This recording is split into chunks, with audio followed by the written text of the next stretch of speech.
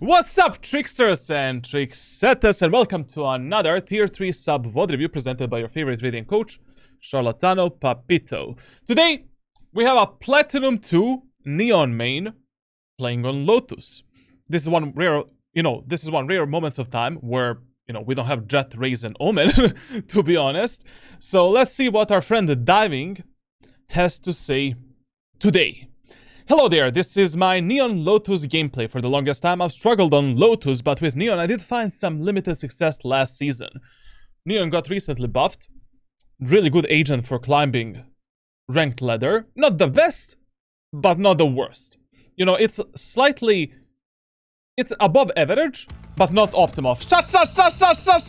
Thank you a lot. We cannot hear that on streams because we're gonna get the copyright strike on our second YouTube channel. So, Neon is like, not the best, not the worst, still Raze, Jet, Omen, some other agents are far better. But, in low elo, between Iron 1 and Diamond 3, she can be a effing monster. Because, of the slide and accuracy during sliding, and especially on Lotus, Neon is always a bit of a meta, really good character to play. So, yeah, why not? So you have some cool executes, cool ways to take the space, good agent. Before the buffs, I was playing Raze. I mean, even now you can play Raze. Raze on Lotus. Raze is still good. Raze is still S+ tier agent for grinding the ranked solo queue ladders. Nothing changed. Why? Because other agents also got nerfed. It's not only Raze. If Raze was the only one getting nerfed, then Raze would be shit, obviously. It is also in the last season where I got my current peak of Gold 2. But now he's Platinum 2. He actually ranked up because he submitted this VOD almost 1 month ago, so now we're doing it. This season it didn't go as smooth, which can be attributed to exams in my university. I mean, if you want to grind Valorant, and if you want to keep up with kids that have more than 48 hours to play Valorant per day, you need to play minimum 3 ranked games per day, have some proper warm-up, and also some proper training. So, to be honest, if you want to see some significant improvements in terms of your rank and rank up faster, you need to invest around, 2 to 3 hours. 3 hours of playing Valorant every fucking day. No skipping. Same as you go to the gym. Which can be attributed, okay. Exams are still going though. Feel you, my man. Feel you. When I was in college, it was hard balancing everything, but how I did it, I just didn't sleep. Yeah. So when you do the track review, I urge you to take into account the previous season of mine. Will do. What I struggle with, I usually play with my duo. He is on breach most of the time, so I'm being set up with his utility. But in solo queue, I struggle with aggressing on both attack and defense because of lack of team utility, in my honest opinion. And so I wonder if it's even worth it playing Neon in solo queue. It is. Neon is still good. Neon, Jet, Raze, all 3 of these duelists, plus Yoru, are really good for climbing solo queue ladders. It's very easy to carry with them. Just when you play, it doesn't matter which agent you play in ranked solo queue. You really need to have a very, very specific ranked team play mentality. Essentially, at the start of... Let me explain. That specific thought process, what is ranked team play mentality? So number 1, you don't trust anyone until they prove you wrong. I really don't care with who I'm playing, with and against. And generally speaking, it doesn't matter in which elo I play. Maybe in high elo lobbies I'll trust my teammates a bit more. But from Iron 1 to Immortal 3, you don't trust your own mother is a Radiant player and playing with you. I don't trust her. I don't know what the fuck she's gonna do in that game.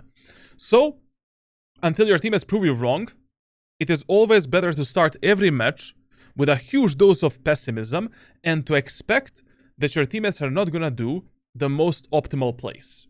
It is always better to play Valorant in a pessimistic way and starting with this type of prejudgment rather than starting with a mindset, okay, my teammates are gonna give me the proper smokes, proper flashes, proper everything. That happens very rarely.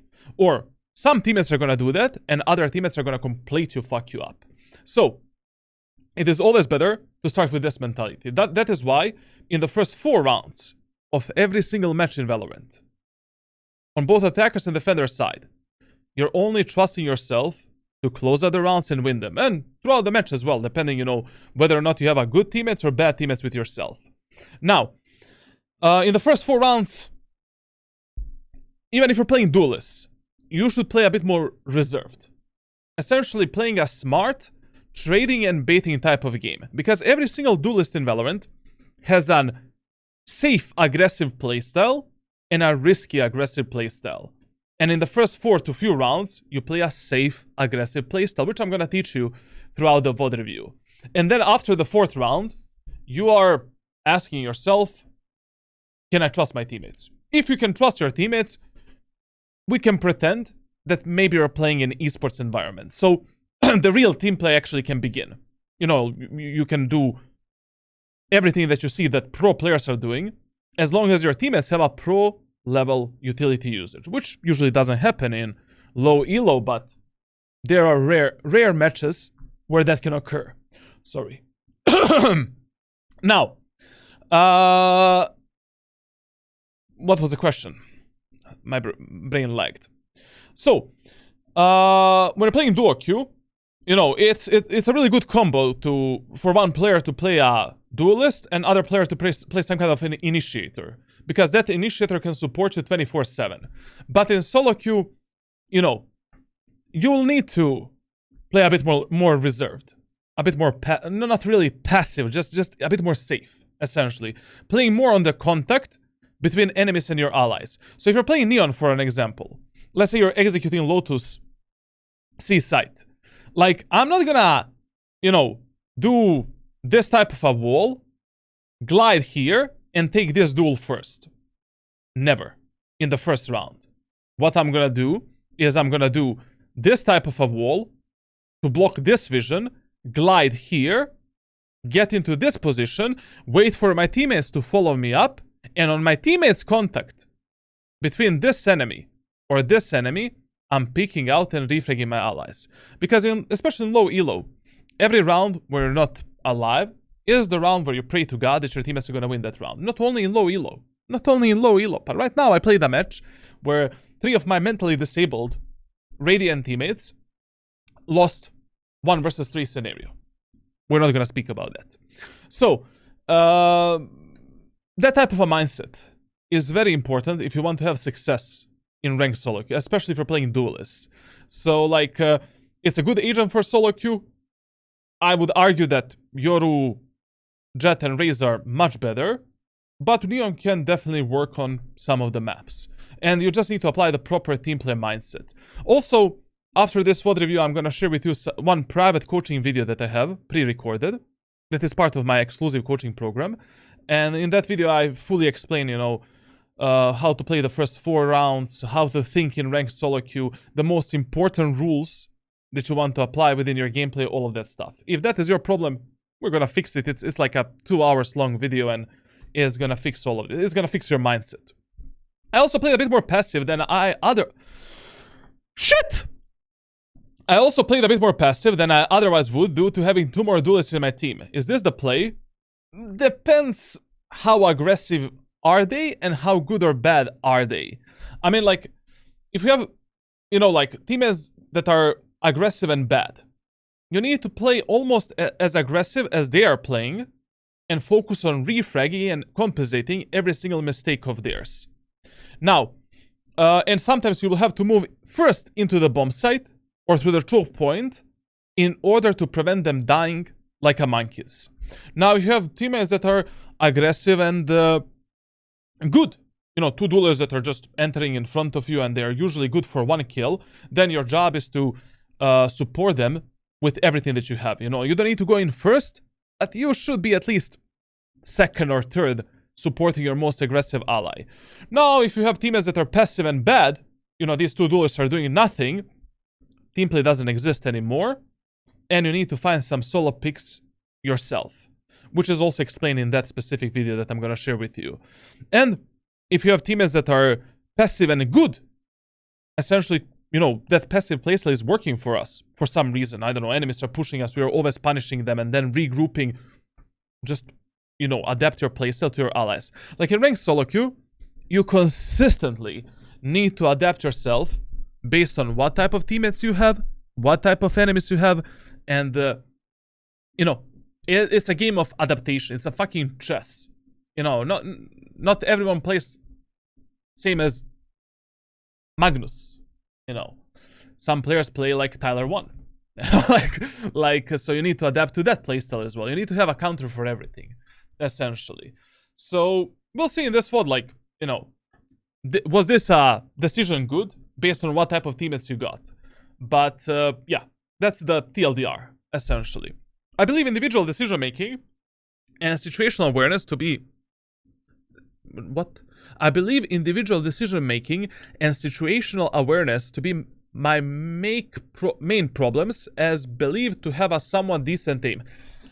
English, guys, sorry, like in grando here. So you think that your main problems are decision making, situational awareness, and you have a decent aim. That's what usually happens to low elo players, because you follow the advice of some stupid mentally disabled coaches, and then like you only work on your mechanical skill up to Ascendant and Immortal, and then once you reach Ascendant and Immortal, you're getting punished by, you know, players that are maybe 30% worse in terms of mechanical skill, and you're like, oh, why I cannot rank up? Brother, your game knowledge is like 0, and everything else. How the fuck do you expect to rank up? You know, get smarter. So like, you're nothing special. You know, like this is what usually happens when I coach like low elo players, and it's a normal problem. Decision making gets better as your game knowledge gets better. You know, like as you understand a bit better, like as you basically as you focus more on watching the proper guides, self-observation, taking some statistics and data about the games that you play. You know, like which bomb site you should play, what is your default bomb site, understanding the executes not only on your agent, but every agent in the game. Like understanding the good, bad, and the most optimal utility usage of every character is mega important. I don't give a flippin' F that you're maining Neon or Raze. You need to know what is good, bad, and optimal smoke on every single map. Good, bad, and optimal Sage Wall on every single map. Why?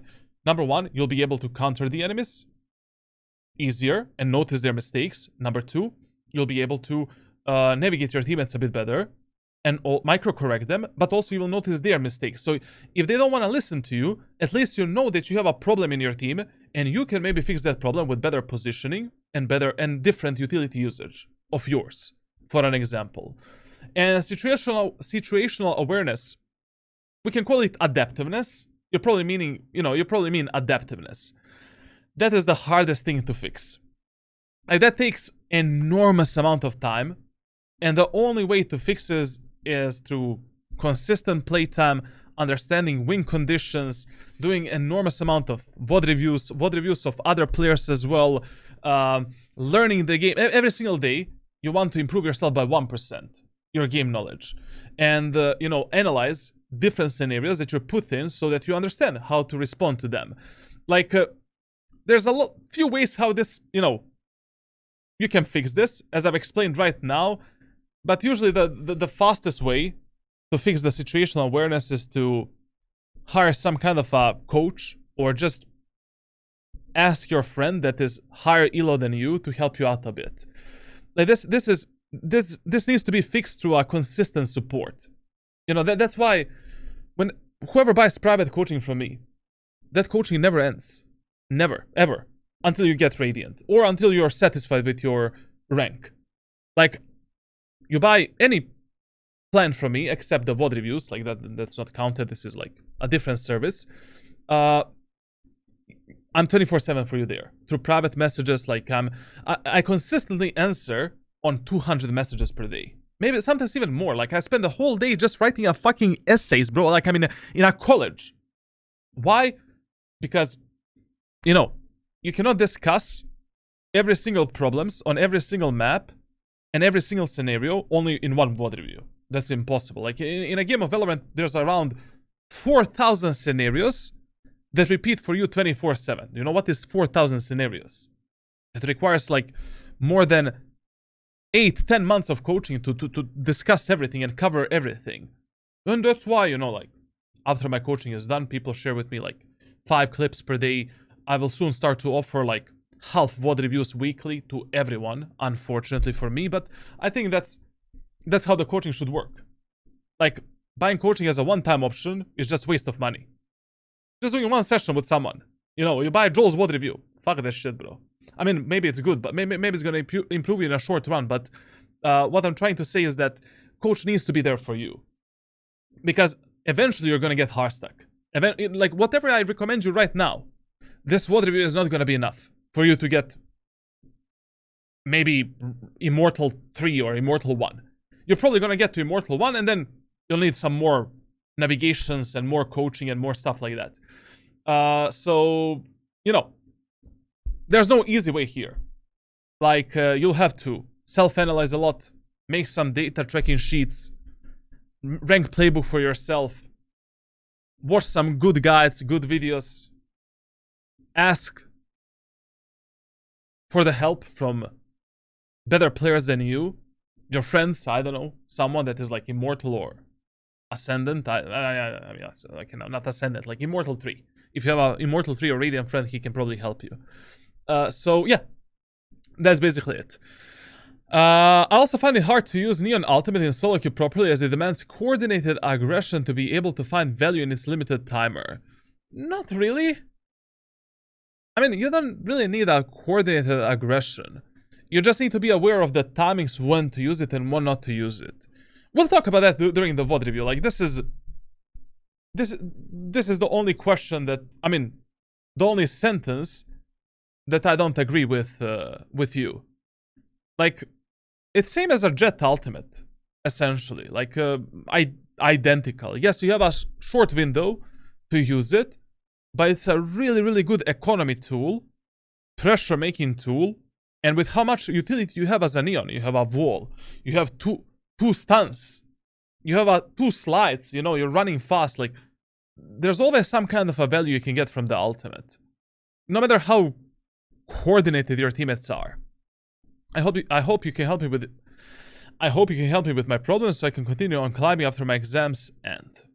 No problem, man. Like, you already got 1 coaching video from me. I'm gonna share that with you. That's gonna fix a lot of the problems of yours. After this VOD review, we'll see. You know, what type of training you're gonna get, what I'm gonna recommend you, and what I'm gonna see, to be honest. Like, I didn't review a Neon main for a long period of time. Now, it's time for the tracker review.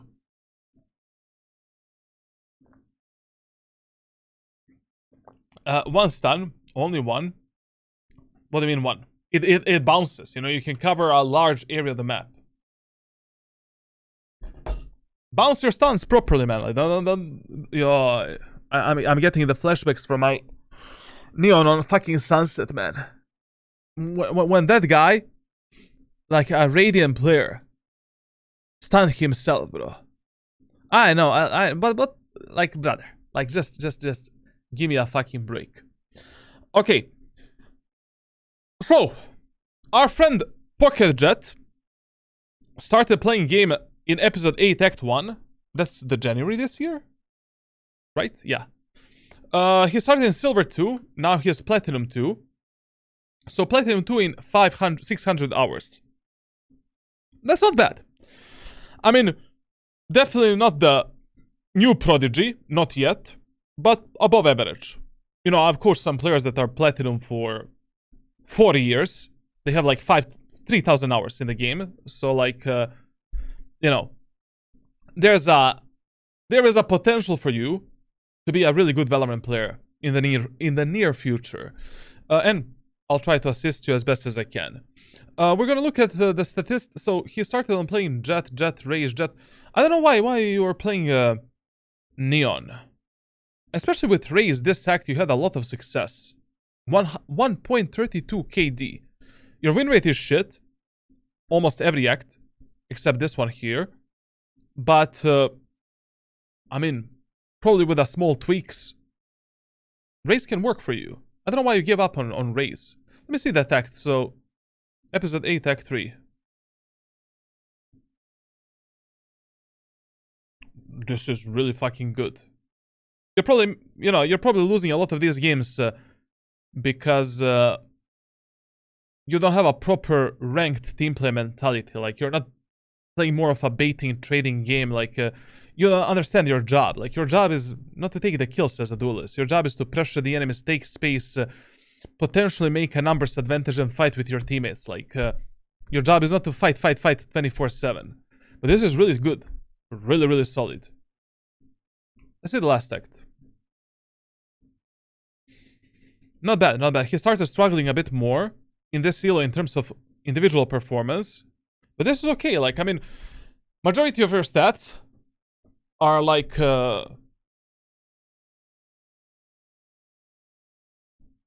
slightly above average.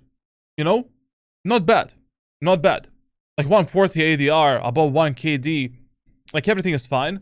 Except, definitely, your KST can get much better. Like, 71% is not enough. Like, to actually... I mean, it is enough, but for this elo, it needs to be 75% minimum.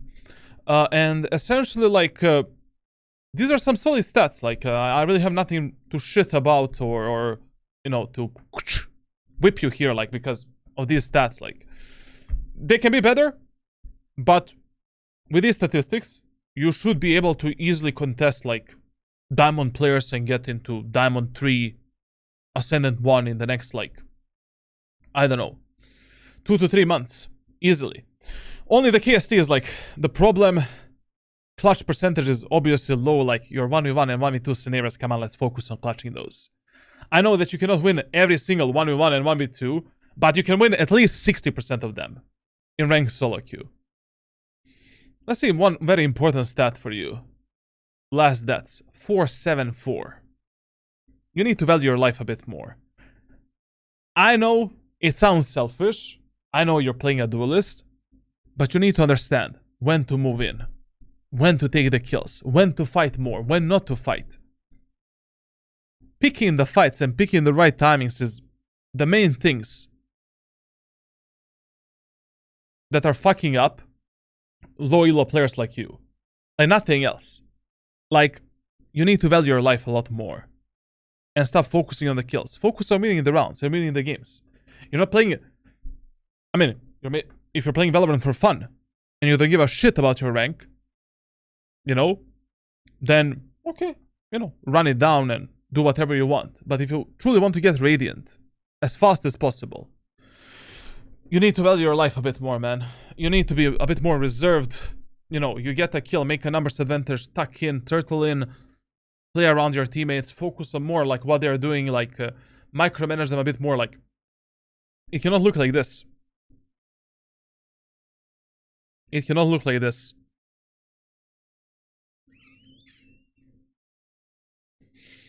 Attacker side is meh. Defender side a bit better. I mean, on both attack and defense, based on these stats, like, you can play more with your allies. Like, there's a lot of times where you die alone. Now, I don't know if you die because you pick a wrong fight, you don't know how to fight in a most efficient way, or you just die because you're mechanically worse, like, in those fights. So, like, most of the fights you can avoid on a defender side, and you can actually choose how you want to fight the enemies. But on the attack, you can definitely have a bit better win rate and better performance. But to be honest, we need to focus on everything. Like, neither your attack or defense are, like, the best. They're okay, slightly suboptimal. But let's try to make these stats a bit better. Your attack is definitely worse than your defense, which is something that is very normal for low elo duelist players, because you need to pick a right timing to move in, to take the space. You need to have the proper executes for every scenario, like pay attention on what enemies are doing, teammates are doing, stuff like that. Now, you're playing Jet, Omen, Raze, and Neon. Viper. I mean, fuck Viper. Playing Viper after the nerfs in a low elo lobby. Sturika. Come on, man. Like, I don't know. These 4 characters suit you really well. Stop feeling the Viper. I don't give a like, in this elo, you don't give a shit about team compositions. Better team will always win. And the team that is playing main characters, and that's it. Like, okay. I mean, all 4 of these agents suit you to some degree. You do struggle on Jett a lot. In terms of your KST, you're fighting alone way too much. But it's kind of working for you. Raze is definitely the best for you. And I would definitely continue playing the Raze. Like, I don't know why would you give up on Raze. Raze is really working for you well. Omen, not so much. But you do keep a high win rate with Omen. I mean, Omen is really a character on which you need to spend at least 300 to 500 hours in order to truly master him. But once you master the Omen, every other agent is like... Like you can carry the games with every other character with your eyes closed. Or just master them easily. And Neon, I don't know why you even submitted the VOD review on Neon, like... I don't know why you play Neon. Besides Jett, Omen, and Raze. If I was you, I would just run it down with Jett, Omen, and Raze. Literally run it down. Like, all the way up to Immortal 3.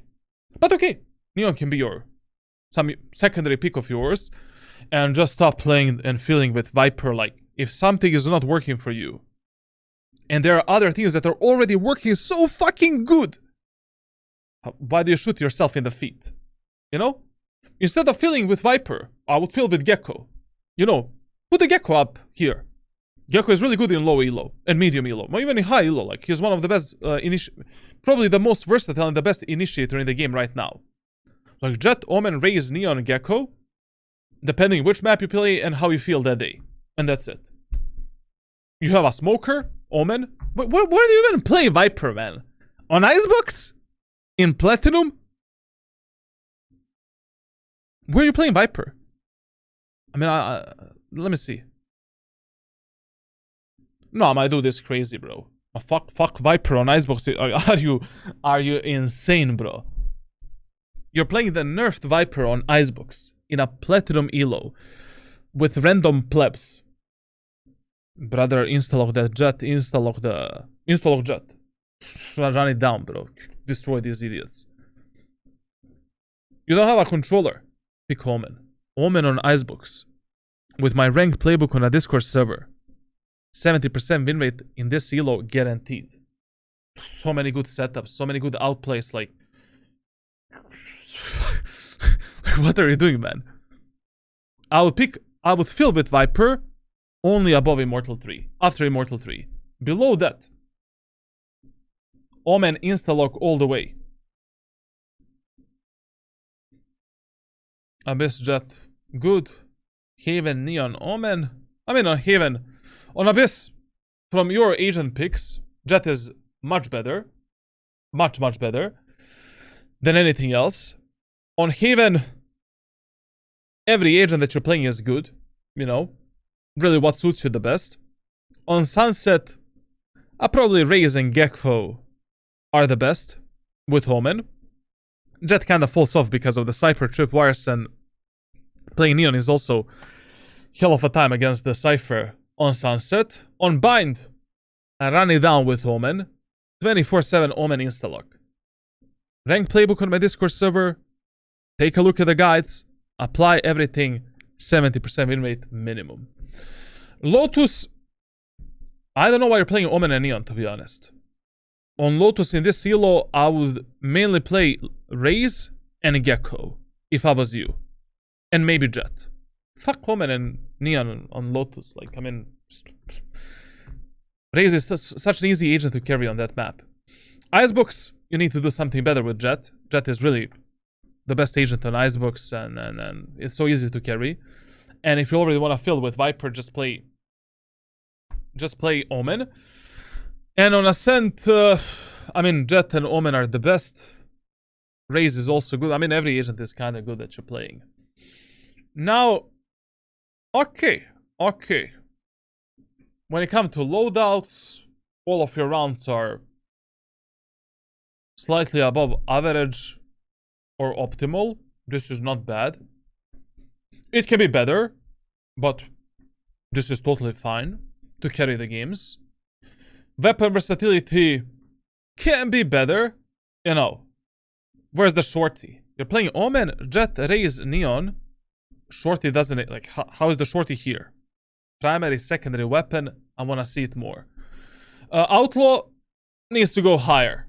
The best anti-eco weapon, period. On 90% of the maps on a defender side. Enemies are eco, halbei. They don't have money for heavy shields. Force the outlaw. Buy the outlaw. Odin. You know, you can spam a bit on these maps, like such as Ascent, Haven, Lotus, like paper maps. And everything else is okie dokie. I mean, like, not too shabby. Stats are also okay. Overall, you know, you definitely look like a player that can easily get into medium elo without any real problems. So today we're gonna help you get to Ascendant 1 as fast as possible. We're gonna focus on your most visible mistakes and try to figure out some kind of a training for you or some kind of a mindset and tips that are gonna help you do that. So let's see what our friend Pocket Jet presented for us today. Okay, now let's start with the attacker side of Lotus, and let's start with some basic rules on Lotus that everyone should follow in ranked solo queue, essentially.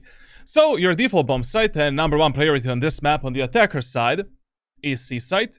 Your secondary priority is A site, and your third priority is B site.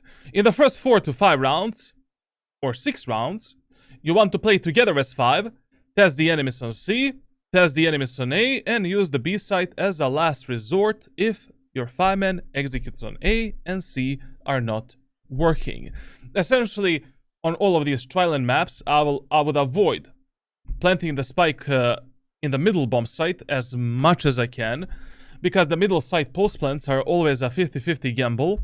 No matter how good you play them, only God knows who's gonna win them, because there's a lot of openings and a lot of mistakes that your teammates can make. So, I mean, if you can rotate to C and plant the spike on C, rotate on A and plant the spike on A, that is a much better, like, you know, decision, essentially.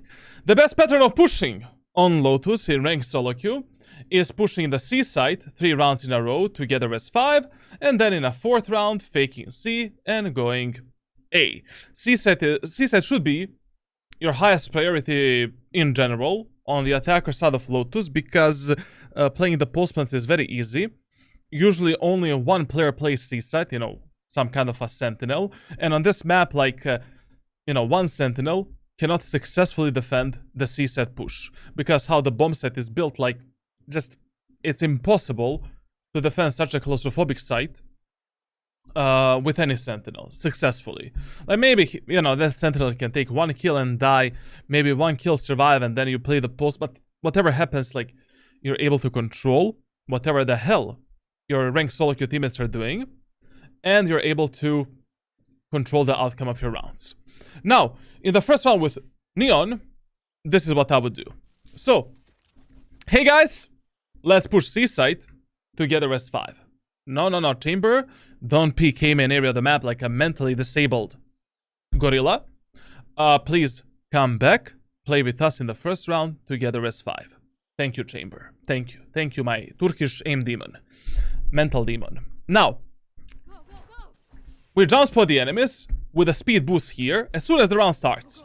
You're doing this, and this is something that you should do, like, to be honest, 99% of times when you're pushing the C main area of the map with your teammates, and we're pushing essentially fast, not on contact. You know, we're not shifting, we're not pushing slow, we're just running it down. You know, one thing that you can do sometimes is, like, if enemies are way too repetitive on that angle, or generally in the C long area of the map, with Neon, you can try to go for some crazy shot like this in order to push that enemy back and kill him. Even if you don't kill that guy, we can stun him, push him completely back, and then we still have one more slide to push into the bomb site. So it's totally fine if you're using your first slide to take the kill in the main areas of the map, like C main and A main. But, you know, we should have one slide to actually execute the bomb site and to pressure the enemies on the site.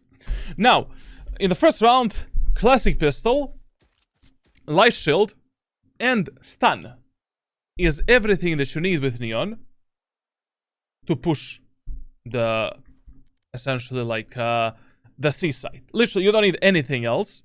Now, let's talk about economy manager. Just a second, like, let me see how the fuck this is gonna work. Moment. No matter what. 30 seconds left. Thrifty. Actually, can you buy a fast lane? Like, no, you cannot. Like, okay, you buy a stun, buy a stun, buy a stun. If you're pushing C set on Lotus, so stun and light shield. We are jump spotting the enemies here. Bop, hello enemies. If some enemies there, oh, and of course buy 2 slides. You know, 2 slides and a stun.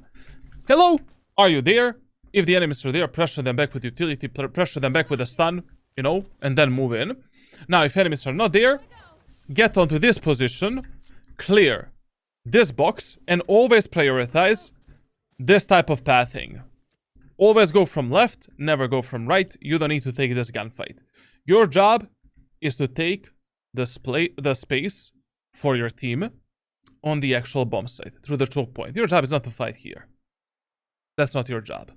Now, we're jump spotting the enemies on the site and using our stun to pressure the enemies. In the first round, I will just do the most basic default execute ever.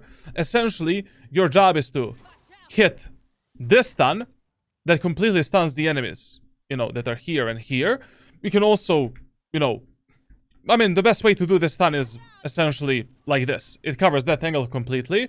But also, I mean, you can use the stun there. It's fine. You know, that's also totally fine. And your job is just to enter into this position. So, when you're sliding into the site, this is your job.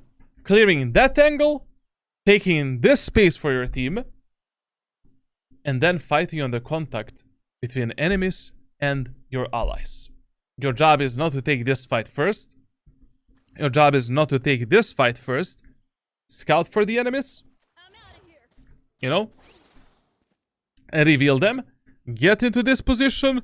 Clear this angle. And then, when your teammates are picking the fights, pick the fights together with your teammates and move into the bomb site. Period. Story done. Now, if enemies have a Cypher or a Killjoy, then you will have to slide a bit more towards the site. Especially because the Killjoy setup is going to be something like this. Like, you will be forced to do, you know, like, to bunny hop into the site and essentially take the backside control ASAP. But with your stun and your slide, that should be more than possible for you. That's it. Now, against the Cypher, there's nothing much that you can do, to be honest. I mean, you ask for your Sova to destroy their abilities, ask for the Gecko to send the Wingman, ask for the Raze to drop this nade to destroy. Like, there's nothing you can do with Neon against the Sentinels. Like, that's the downside of this agent, and that's why Neon is never gonna be an S tier agent in Valorant. Like, it's not that good of a duelist. Like, Raze and Jet are always gonna be better. Now let's see what our friend did in the first round. Respect here, like, he's actually watching the guides. He's watching my Jet playbook on Ascent. Respect. My dude grinding the game. Oh, we're actually starting on the defender side. Okay. Sorry, guys. My bad. My bad. Remember, whatever I said for attack, we're gonna like, you know, that's gonna be for defense. Now let's talk about defender side of Lotus.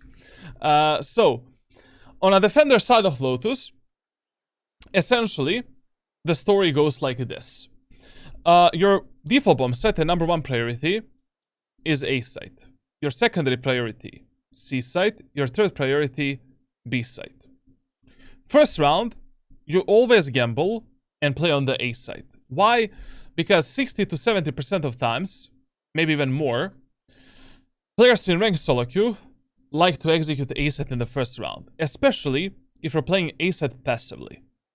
Now, whether you play in a second and third round really depends on the enemy's pattern of pushing and what happened in the first round. Remember one very important tip. In the first 4 rounds, on a defender side of Lotus, you never want to aggress the enemies. Don't fight for the A main control, don't fight for the B main control, don't fight for the C long control. Especially in the first round. It is pointless. It is much better to see, how good are the enemies while they're executing the bomb sites, and if the passive playstyle is actually working for us. Especially in low elo lobbies, only God knows what your teammates are gonna do during these aggressions. In the first round, you don't have good guns and enough utility to actually take the aim and control. Even if you take it, it's very easy to retake it. If you take aim and control and enemies are pushing C, you're not gonna have any fucking abilities to retake the C site. If enemies actually push the C site in the first round. First round on Lotus, always play passively. Literally always. With Neon, I like to do personally like 2 options only. I mean, you can play first round in multiple ways. Like with multiple buy options. One thing that you can do with Neon, you can just buy a classic pistol, light shield, stun, and 2 slides. And what we can do, we can just jump spot the enemies here, wait for them to initiate the push, and then as they're pushing, through the doors or through the choke point, we can basically fuck them up with our slide, with our stun, take a few kills here, and then with a run ability, escape again. We can play a bit more passively from the backside. I mean, of course, you should never sell this space for free. Like, jump spot this angle, maybe try to. Dead zone peek the enemies, try to get 1 headshot for yourself. Try to kill the enemies here. But while the enemies are aggressing you through the choke points, we can always stun them, take an easy kill, and play with our allies. Second thing that you can do, buy a ghost and a stun or a sheriff. Simply hold this angle in this specific way. Even if you get revealed or stunned, try to go for 1 tap or 2 shots. Try to get a kill. Then immediately rotate towards this position. Try to get more kills here, more body shots, headshots. Get onto this position. Try to get more kills, and essentially your job is to just don't commit to the fights, play with your teammates, stay alive, and your job is to apply as much effective damage as possible. That's gonna allow us to have easier time finishing off the enemies later. You don't need to be mega precise. Even if you do 4 or 5 body shots, that's like 275 damage with a sheriff. Like, we don't need, literally, with that amount of damage applied, the round is already over for the enemy team. And remember one more tip. You never want to play on the A side. You always want to play as aggressive as your teammates are playing. If your teammates are fighting around the tree, help them in the tree. If your teammates are fighting on the site, help them on site. But if your teammates are not on the bomb site, fuck it. Just play a retake. Don't even bother. And, another reason why I prefer, these high penetration weapons on Lotus is the map is made out of paper. This spam right here is really good to kill the enemies that are pushing through the doors. Then, we can spam this position with the high pen weapons, essentially killing the enemies that are pushing through the aim immediately. We can kill the enemies that are opening the rotating doors. This is spammable with medium penetration weapons and high penetration weapons. So, in some of the rounds, if you notice that your teammates don't want to play aggressive and fight for the aim and control, and you cannot play passively, you can just force the Odin, force the Guardian, and try to get some kills before the enemies push onto the bomb set. Like this here, you can spam with medium penetration weapons. Like, we can take a kill onto an enemy that is picking up the orb. We can kill an enemy that is stuck in this corner. Enemies are pushing. Towards the A-Link. Ping that. Kill them as they're going through the doors. When you're going for a retake of A site, this is fully spammable. You can kill the enemies that are on tower and pre-check that corner. When you're retaking B site, you know, all of this here, spammable with medium penetration weapons. All of this here, spammable with high penetration weapons. So, if enemies are fighting your teammates in the city here, look at the minimap, try to kill them. Try to kill this guy. There. Then, this, fully spammable. You can spam this for like 10 to 15 bullets and clear this angle, or maybe get a kill for free. Then, enemies are pushing B main. You have a high penetration weapons, no problem. Kill them like this. Enemies are playing here. No problem. Fully spammable with medium and high penetration weapons. You can kill the guy that is playing there, etc, etc. Enemies are pushing through C long. We can try to kill the enemies that are taking the orb. Right here, you play on top of the third stair, right here, and aim around this corner, like this, of the waterfall. Ba ba ba ba ba ba ba ba. We kill enemies that are taking the orb and enemies that are pushing potentially the C long. When enemies have the Killjoy ultimate, you don't even need to peek them. You can just kill the Killjoy ultimate like this and destroy through this spam. I mean, if you have a nade or Gecko Molly or KO Molly, that would be great. Enemies are pushing through onto the beast, and you have the Odin. We can counter their push like this and take some free kills. Like, the map is made out of paper. That's why purchasing a sheriff in the first round is not a bad idea. I mean, there's a lot of these spots that you can spam where you can maybe take a magic kill. But to be honest, like, probably the best idea for Neon is just buy a ghost, buy the stun, take this angle, try to go for 2 taps, rotate onto the site. If your teammates are playing in the tree, support them with a stun, you know, like this. Kill the enemies moving through the tree, focus on the enemies moving through the A main, and consistently, you know, play with your most aggressive teammate. And that's it. And also, you know, like, another thing is, what you want to do is, with Neon, whenever you're engaging the enemies, and you have a slide, that's basically your dash ability. Like with Neon, you want to engage the enemies in a 1v1 fights with a slide 24/7. Like 24/7, you should be doing this. Tracking is mega important with Killjoy. With Neon, sorry. And the micro corrections, like, mega fucking important. Because, you know, the first bullet accuracy is 100% while you're in the middle of the slide. So this bullet can decide the life of one enemy. Let's see what you're doing and what's happening here. And we are doing something that we should not be doing. That's really bad. We don't have a sound on this VOD? Ay, but what the fuck, bro? Really?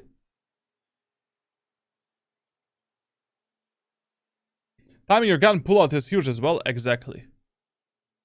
Like with Neon, you really need to time it well. Well, no sound. Okay, since this is not gonna go on YouTube, I mean on my main channel, because there's no sound. I mean, okay, we can do it without sound. It doesn't really matter. I don't know, man. Like here, you know, taking aggressively aiming control in the first round is just way too much of a gamble. I just way too. It's a huge risk. It's just like we might waste a smoke, stun, Molotov, and medal for nothing, and a slide. Like, it's just no bueno, man. Like, it's stupid. Because no one guarantees you that enemies are gonna push A set in the first round, and having this utility for the retake is so important. But let's see, maybe, you know, what's gonna happen. This is just bad for the first round. Never fight for the aim and control. You just don't have a, you know, you don't have a automatic weapon to fight multiple enemies at the same time. Yes, enemies also don't have automatic weapons, but guess what? In the aim-in, you're always fighting in a numbers disadvantage. Like dealing with 5 enemies with 2 ghosts or a classy pistol ghost, I don't know, like, whatever you have. Like, it's impossible. Like, you are maybe gonna take a kill, maybe not, like, it's just too much of a gamble. It's not good. Behind rubble. And essentially, you know, with this type of a setup, I mean, how they fought for the aim and control, there's no fucking way you're gonna take aim in ever. Like, this is just way too bad. First of all, your stun was mega delayed, and it was bad from the start. From the get-go. Like, this needs to be much faster. Second of all, what the fuck is that clove smoke, man? You know, like, we either do the smoke, we either do the one way, I mean, with claw you cannot do it, but with Omen, we do this smoke, or we do this smoke. And that's it. Like, this is something that you do maybe when you're playing eco and halberd rounds. You want to outplay the enemies with a shorty, classic pistol, judge, Bucky, stinger, get in a smoke, fuck up the enemies, push out. Like, you get the point. This is bad. Like, these type of mistakes, you need to micro-correct from the beginning of a game. Like, in this round, if you want to fight for the aim in the first round, smoke here, Clove needs to do the medal here, Phoenix needs to give us the Molotov here, and we need to do the stun that looks like this. Essentially, immediately as the round starts, you basically do a stun like there. And that's it. It's gonna cover the push of the enemies. Like, enemies are not that fast. You know, even if Neon is coming out here, maybe she can slide through it, but it doesn't matter. There should be a Molotov there. And that's it. With this team composition, yes, you can take the aim and control, but only in the way that I've just described right now. We need a medal, we need a smoke, we need a Molotov. And we need this type of a stun. Otherwise, there's no point for, like, you can, like, against the KO Flash, KO Knife, Sky Flash, Sky Dog, Reyna Flash, Neon Slide, like, there's no fucking other way. Like, this was a suicide mission. Here, if I saw that smoke at this moment of time, I would be like, mission abort, see ya later. Anyways, don't fight aggressively on Lotus in the first 4 rounds. It's a slow rotation map. That's another thing that you need to remember, meaning that your rotations need to be mega meaningful. You need to fight for more space control later on during a match, but for the first 4 rounds, just see how that passive playstyle is going to work. Because in Valorant, if a passive playstyle works for you and retakes work for you, the match is already over for the enemy team. If you notice in the first 4 rounds that you cannot successfully defend the bomb sites if you're playing a bit more passively from the choke points, then you start aggressing the enemies. But this is way too early on, and you just don't have enough utility. You don't have a, you know, you have only one slide. You don't have a wall to actually go towards the rubble to get the fuck out. Like, it's just, this is like a one-way mission with Neon. You either get away with, you either get 2 kills, 3 kills and die, or you get 0 kills and die. Like, there's no escaping this. Like, once you get stuck there with 0 slides, you either, like, it's just a instant death. That guaranteed, essentially. And risking this much, like, doing this type of a play in the first round in ranked solo queue. I mean, like, right now, you pull out the Quran, the Bible, the holy Buddha book, like, whatever, and you pray to all of the fucking gods that your teammates are gonna win this round. Like, chances of your teammates winning this is, like, below 30% right now. You need to play in the first round a bit more reserved on a defender's side. Abuse the cheesy strategies. Abuse your utility and cheesy weapons to take the kills, making a numbers advantage. And in the first round is the main round in which I'm hyper-focused on playing on a refrag potential. I don't give a fuck about defending the bomb sites. Enemies can take it at any moment. Like, here, take the A site. Take the C site. The only shit I give a fuck about is I want to play with my teammates. I want to play a proper refray game, and that is why I have like a really fucking high success rate in winning the pistol rounds. Everything else is just stupid. We have semi-automatic weapons. Here, I mean, you need to be a magician to kill like multiple enemies on your skill level in order to like stop the 5-man enemy push onto the bomb site. Now let's see what his teammates are gonna do. Are they gonna win this? What win? Like this is insta lose. Bad call from the start, and then very bad round. Especially if I notice that my Phoenix is not fighting. But no, man, like without the Molotov and the rubble, like good luck, love. You can go alone. Now on Lotus, if you win the first round, second round you should always start on the B side.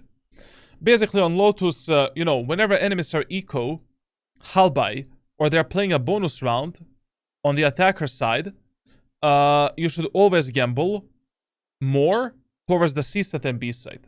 Chances are above 70%, sometimes even 80%, depending on which elo you play, that enemies are either gonna finish on B or C. That's why during those rounds, like I usually start either a bit more aggro, holding an angle, aggressive angle in the B main, or fully pestle in the CT and playing a fast rotation towards the C and towards the A side. Now, if you lose the first round of Lotus, the best gamble that you can make, especially with movement agents, is buying the shorty at the backside of A side. So you drop a shorty here. Then what you also buy is the fast lane with Neon. Like we need a smoke. Smoke is more important than stun when you have those close range weapons in order to close the gap with the enemies. Stun is also important, but for shorty, this is more important. So you buy a shorty, fast lane. You jiggle pick the aim and area of the map, or jump spot it. Bait the enemies to come at the backside. Make them think, this guy has a classic pistol, let's run him down. When the enemies are pushing you, get a shorty, and just basically, listen to the sound. If enemies are pushing you fast from the left side, do the wall,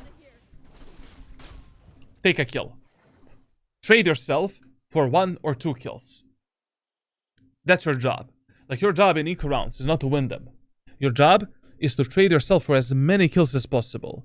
Building up your ultimate, damaging the enemy's economy, preserving your economy, before your teammates start dying. Because if you kill 2 enemies like this, your teammates are going to have 20 to 30% higher chances of winning that eco round. Sometimes they're going to win it, sometimes they're not going to win it, it doesn't matter. You need to play more like a kamikaze.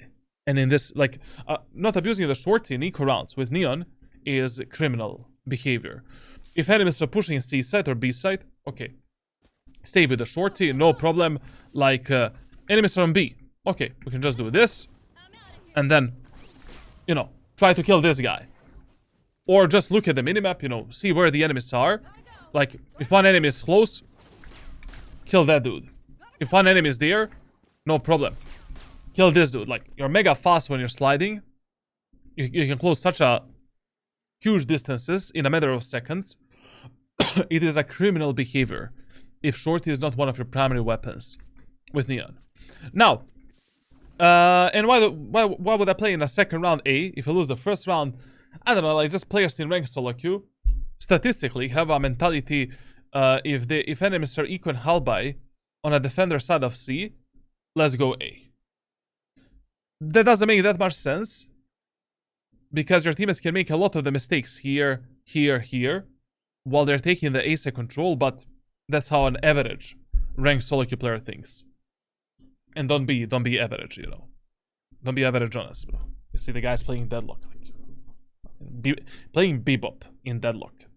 I mean, you need to have special brain damage to enjoy that character. Okay. Thus far, Charlatan is 2 out of 2 guesses. And that's why, listen, I'm not gonna gloat around first of all, number one thing I hate about VOD reviews and coaching is hindsighting. I never do that. I never watch the VODs or rounds like before they happen. I'm just telling things as they are, based on the statistical data in ranked solo queue, and based on what works and what doesn't work. Remember, even though I'm 2 out of 2 right now, in terms of guesses and you know, predictions and everything, like, these things are gonna work like 60 to 80% of times. But if something works 60 to 80% of times, I mean, like, that's 10 times better than doing a 50-50 gamble. So pay attention to these rules in terms of your positioning, in terms of what you should do. I saw you at the start of this VOD review. You're looking at my playbook, you know, on my Discord server. Write down these rules, like where you should position, what you should do. You'll find far more success than if you're doing... like, the worst thing you can do in Valorant is playing based on your feeling. As an average player. You cannot do that. I can do that. I can play based on my feeling. Why? Because I have 10,000 fucking hours already in this game. And, you know, my spidey senses can tingle sometimes. You need to play based on certain set of rules and based on what works, what doesn't work. Like, you first need to develop your game knowledge, decision making, team play. Like, you cannot just randomly play Valorant. If you want to find success, if you don't want to find success, do whatever the fuck you want to do. Like, you know, who am I to tell you what to do? Here we're making a mistake, to be honest. Like, even though, you know, like, this is what I'm talking about. Like, in eco and halberd rounds. Listen here. In eco and halberd rounds, your job is not to stay alive. Your job is to trade yourself for the first kill that you can take as soon as possible. The first opportunity you get to take an easy kill, even if it's a bit risky, even if there is a chance for you to die, take that opportunity. Because there might as well be 0 future opportunities to take more kills. You know? So here, while the KO was mega close to this smoke, I'm running out. Enemy KO was doing this. I'm close to the smoke here.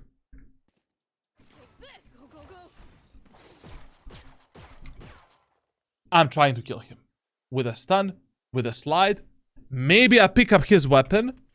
Maybe I take one more kill before I die in some crossfire. Maybe I stay alive. But we're never gonna know. Because right now we have a fucking classic pistol with a light shield. We're playing a 4 versus 4 retake in an eco round. Playing the eco rounds in a default way is impossible.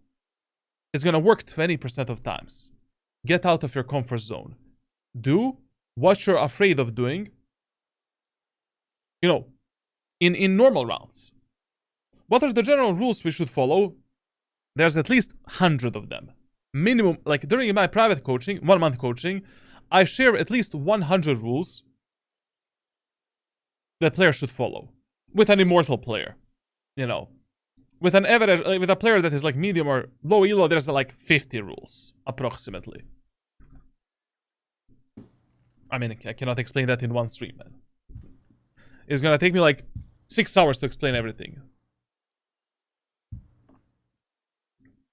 So here, you know, like, we wasted a chance to take a free kill, potential free kill, to trade ourselves, and now... One on long, one inside. This is just impossible.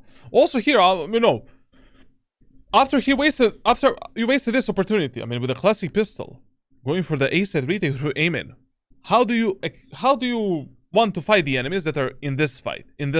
There's no way. I would just go onto tower, jump spot the enemies here. You know, enemy is there. I'm gonna stun him, bunny hop a bit, try to get into his face.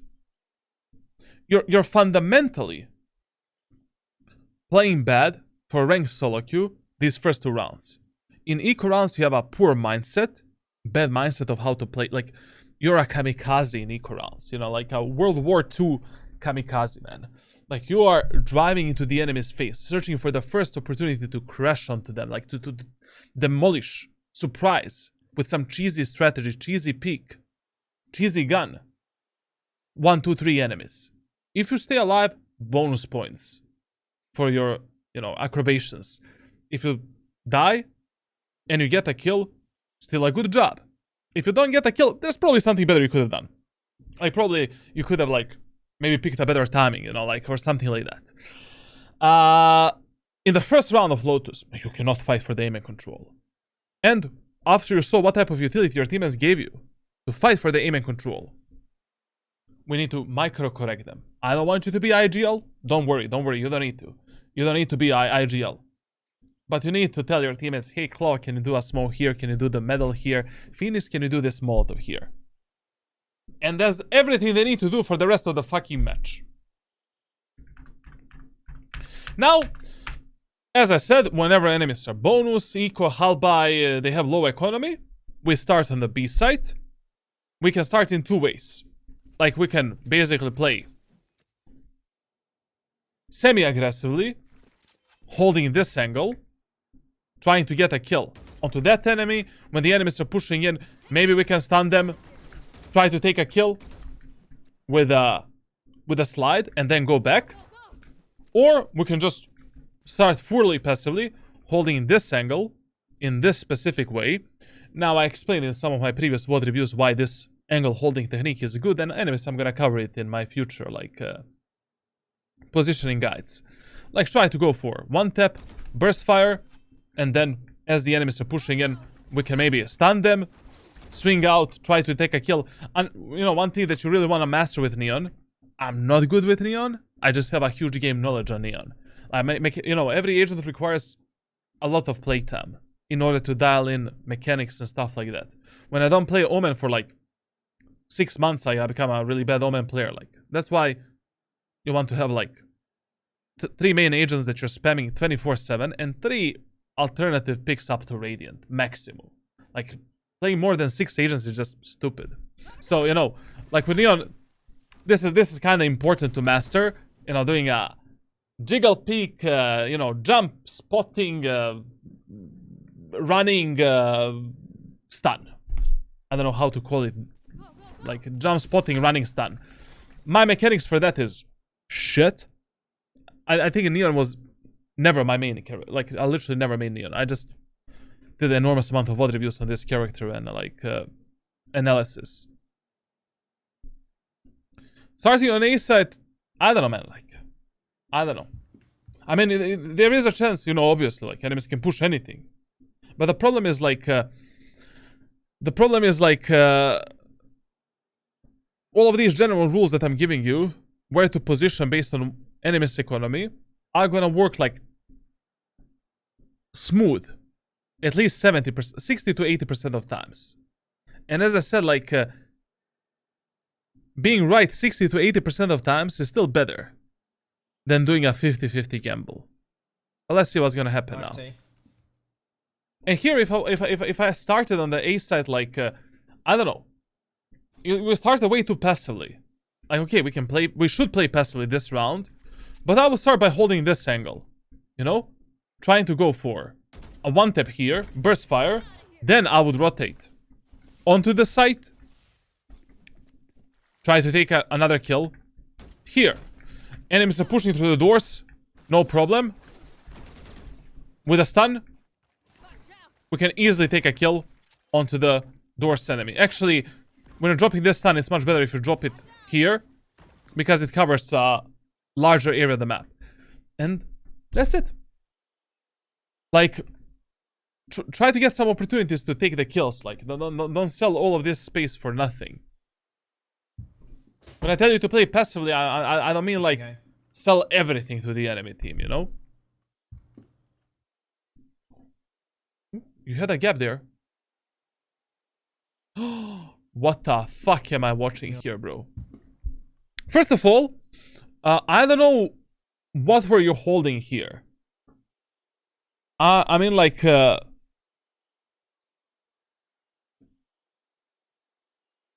teammate in CT is smoked with a default smoke. I mean, okay, you're playing on a crossfire from Phoenix, I guess. Like, I mean, that's okay. I mean, that's okay, to be honest. Like, I think that's what he's doing here. Maybe. I don't know how good of a map awareness he has. But if that was the plan, it's fine.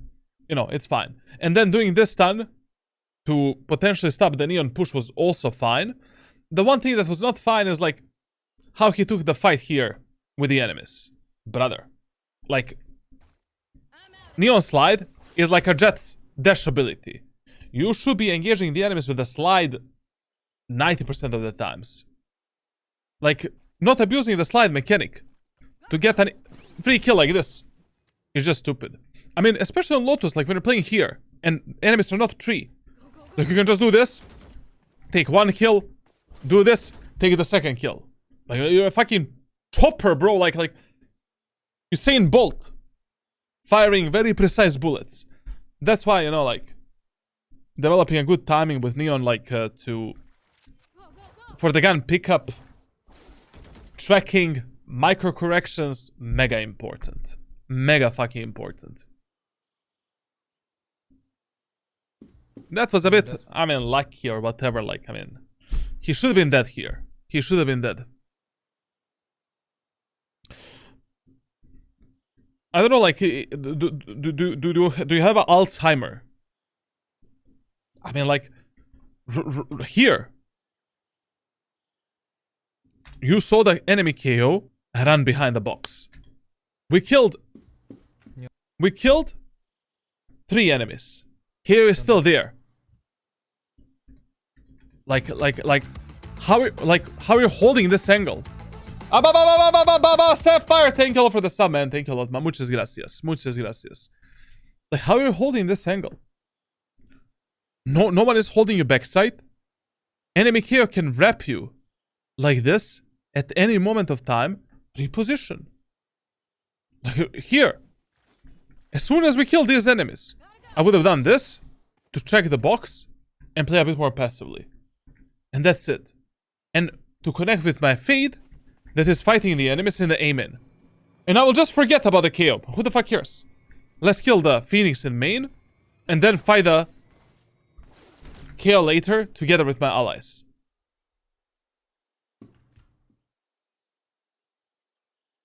I mean, this level of awareness is like really poor, man. Like, this is like silver level, bronze, man. That was disgusting. Now, in this next round, only God knows where the enemies are gonna go. But since in the last round, we did stop the enemies push on A for the first time, there is a chance that in this round we can use a rule of fear to read the enemies. Like, usually, you know, when I'm kind of clueless on Lotus, where the enemies are gonna go, I start on the B side. And I play a bit faster towards A or C. You know, like, if I don't know, if I'm not certain if enemies are gonna go A or B, I'm gonna start here.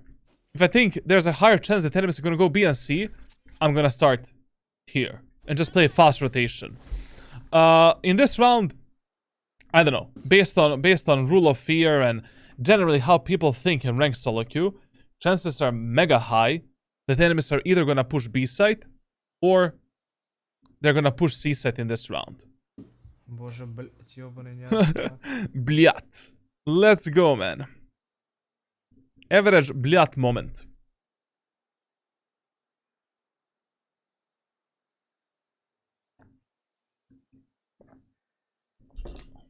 Okay. Enemies took a kill on C. I don't know why we're running away here. Like, I mean, we don't know what enemies are gonna do right now. To be honest, one problem of this VOD is I don't hear the sound. I don't hear the comms, you know. But here, like, unless your team has told you that enemies are rotating from C to A, okay, you can start running A. You're Usain Bolt anyways, and you know you can maybe catch the enemies off guard and rotate a bit faster. But if your team has gave you zero info, I would have stayed here.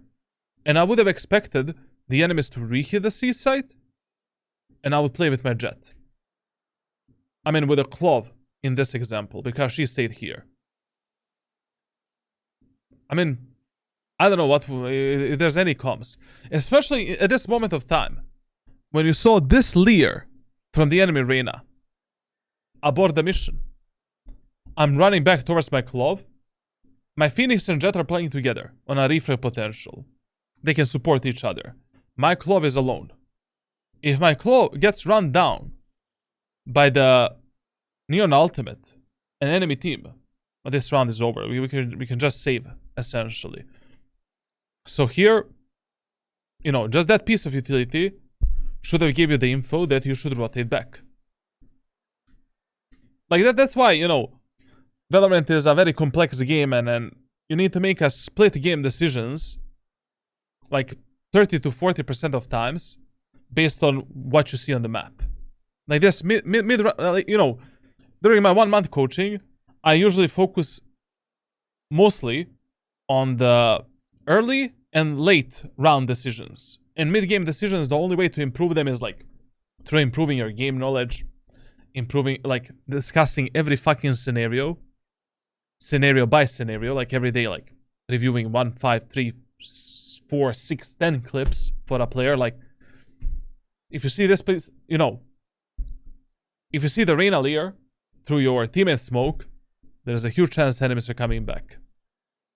Like, well, you should have been right now with your Clove and not doing whatever the fuck you're doing right now. And here as well, I don't know what you're doing, to be honest. Like you saw here on the minimap, enemy Neon on the C side. You know that Reyna is there. Here, you saw the Brimstone and KO. And you're going for the behind the enemies? Hello? I mean, this early on, going for this flank with so much map control that enemies have taken from you. So, like, this play is stupid for 2 reasons. Reason number 1, enemies are already so far up in our teammates' anal cavity. Our teammates are going to become gay really soon. Problem number 2 is that you cannot lurk and flank this early on in a game. Because right now, while we're doing this, we don't know how much we can trust our teammates, how long they're going to stay alive. Because for this to work, our teammates need to stay alive for a very long period of time. And, you know, another sub-problem is that we don't know exactly what the enemies are still doing. I mean, yeah, they're pushing together as 5, they don't have a sentinel, but maybe, you know, like, they have one cheeky, mentally disabled person that is, you know, holding for the flank all the way here in the aim-in. I don't know, I didn't see the sky on the minimap. Sky can be anywhere, for an example.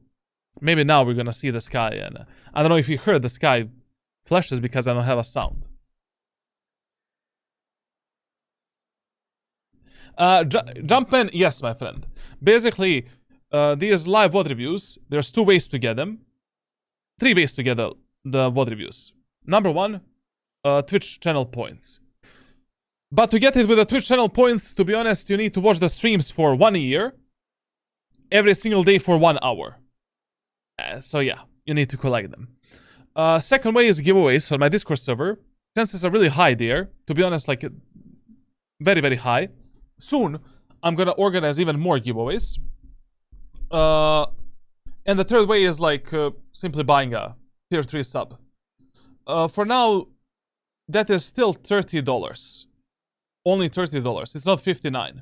But it's gonna be $59 really soon, because what I'm gonna start doing with these VOD reviews, I'm also gonna start giving away some of my more advanced training routines.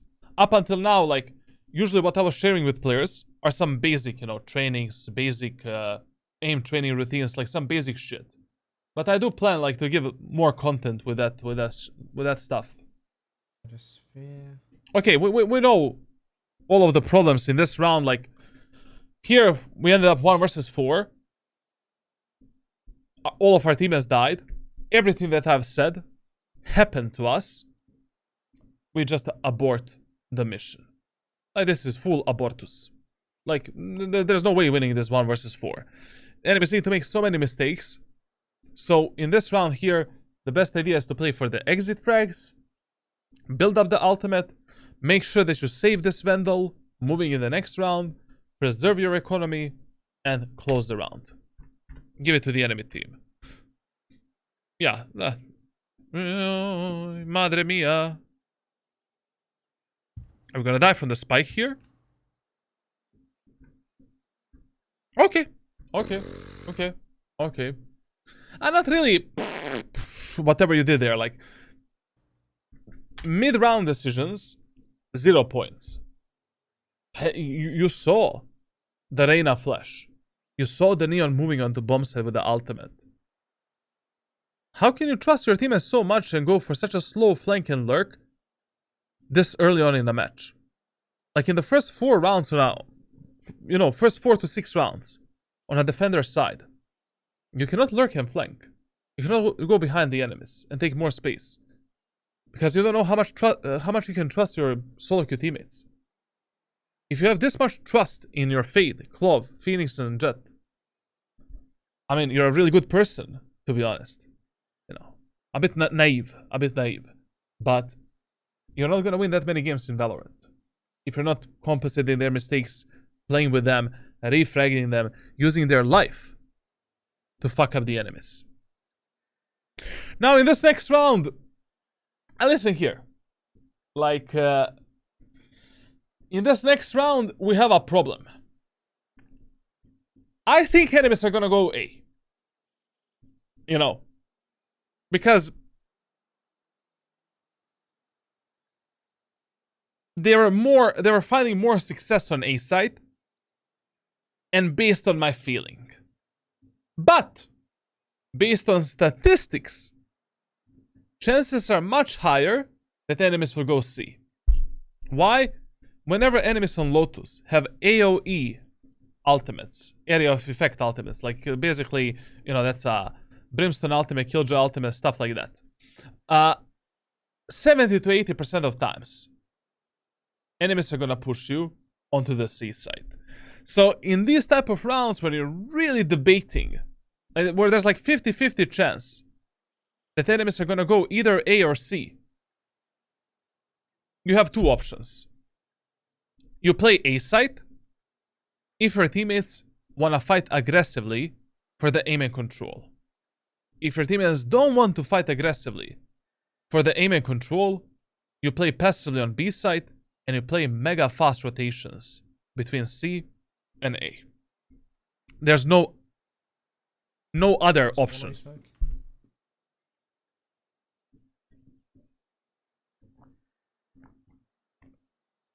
This is exactly the problem that happened. Like, you know, I just feel that these enemies are probably very confident pushing A set. I mean, they just went like 3 rounds when they pushed A, they took A set for free. And they noticed we are not fighting for the aim and control. And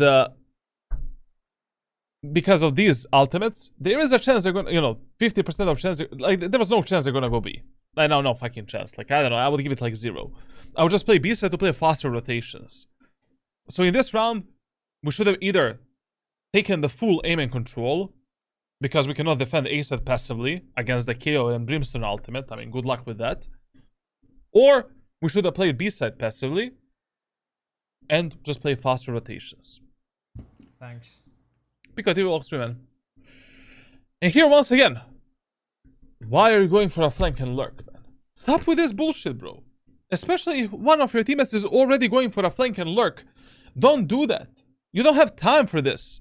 With this type of team, they're dying like fly. They're dying instantly. What are you gonna do? Your Clove is going behind the enemies. Run. Run. Through the city. Rotate as fast. Rotate through the safest and shortest route possible towards your Jet and Phoenix. They're gonna die at any moment. And you can catch up with them. Maybe. You're Neon. You're fast.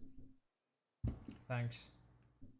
Even if I was not playing Neon, I would be running through the city right now instead of walking here. Now the Phoenix is gonna die. Claw also died like an imbecile behind them. because she didn't clear the angles properly. Now, Phoenix is dead. Let's see who else is gonna die.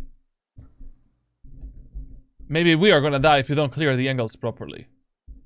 Now we need to walk because, you know, like, we're afraid there's one guy maybe here more. Planting B. Now they're planting B. And they have a B plant for the B main area of the map with a Brimstone Molotov, Brimstone Ultimate in a 3 versus 5 numbers disadvantage. We can save this round already. Already we can save this round. Unless the enemies make some mega mistakes. Like, right now, if our teammates take 2 kills on A site, okay, we can go for a retake. But if that doesn't happen, we can just say, okay, our team has got 2 kills. We got a bit lucky. Now we go for a retake. Is it actually a B plant? I mean, they're opening the C doors. And in this round, it's okay that you went through the... It's totally fine that you went back through the B main. Because anyways, enemies didn't see you the whole round. And since they have the Brimstone Ultimate and Brimstone Molotov, if they're playing in the B main, we're fucked. I mean, they can just molly the spike, all the spike, and then there's nothing we can do. Only because of the Brimstone Molly and Brimstone Ultimate, it was totally fine that you went through the B main. Now we do the stun. We do the stun in the city. Stun da, bro! He's on a bomb, Half HP. Listen, man. If you already know the enemy's location, especially if the enemies are pushing you, especially in a close fight, stun them. Easiest kill for you. Here, okay, you know, getting on this spike, a bit risky how you did it. I would have stunned already there. But okay, here, I mean, we can do this. Fake the defuse. You hear this guy pushing you. Bop, bop, bop, bop. Get her out of the server. Get her back to that Australia, man. Like, you're playing Neon. Like, the main power of Neon is stun, slide, take a kill. Wall, stun, slide, from an unpredictable direction, get a kill. That's your main power as a character. Half HP. And we lost that round. Because of the timer. Ay. Now, you know, another solution. Like, we have a lot of problems on this map right now because we are not fighting for the C-main control aggressively.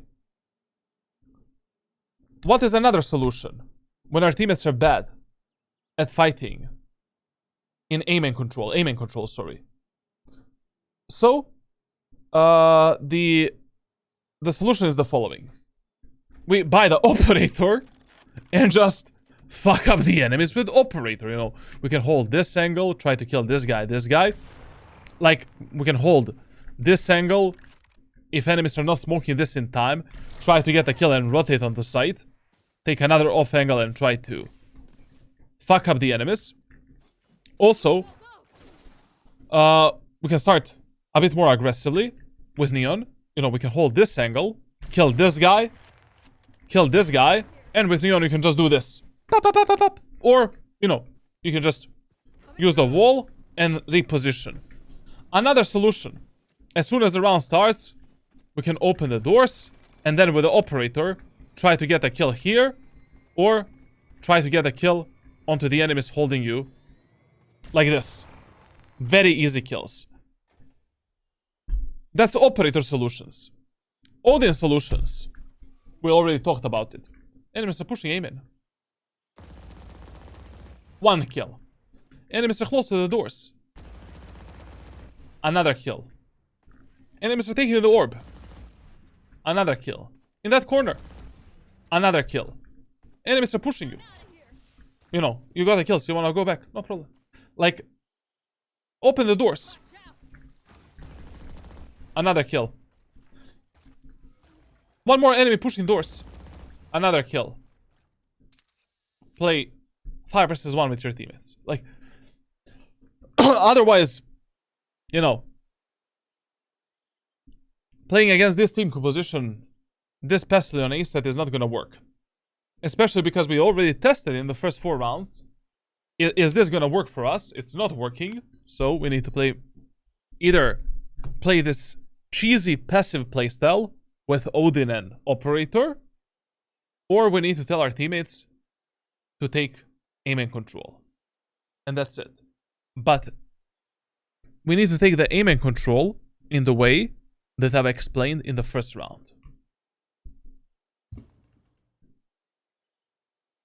This is a Sudoku. Like, this is Sudoku move what you're doing here. Like, literally Sudoku. Basically, Odin on ace, it gives you ace guaranteed ace, bro. Now, listen. When you're taking aim and control with Neon, like, your job is essentially...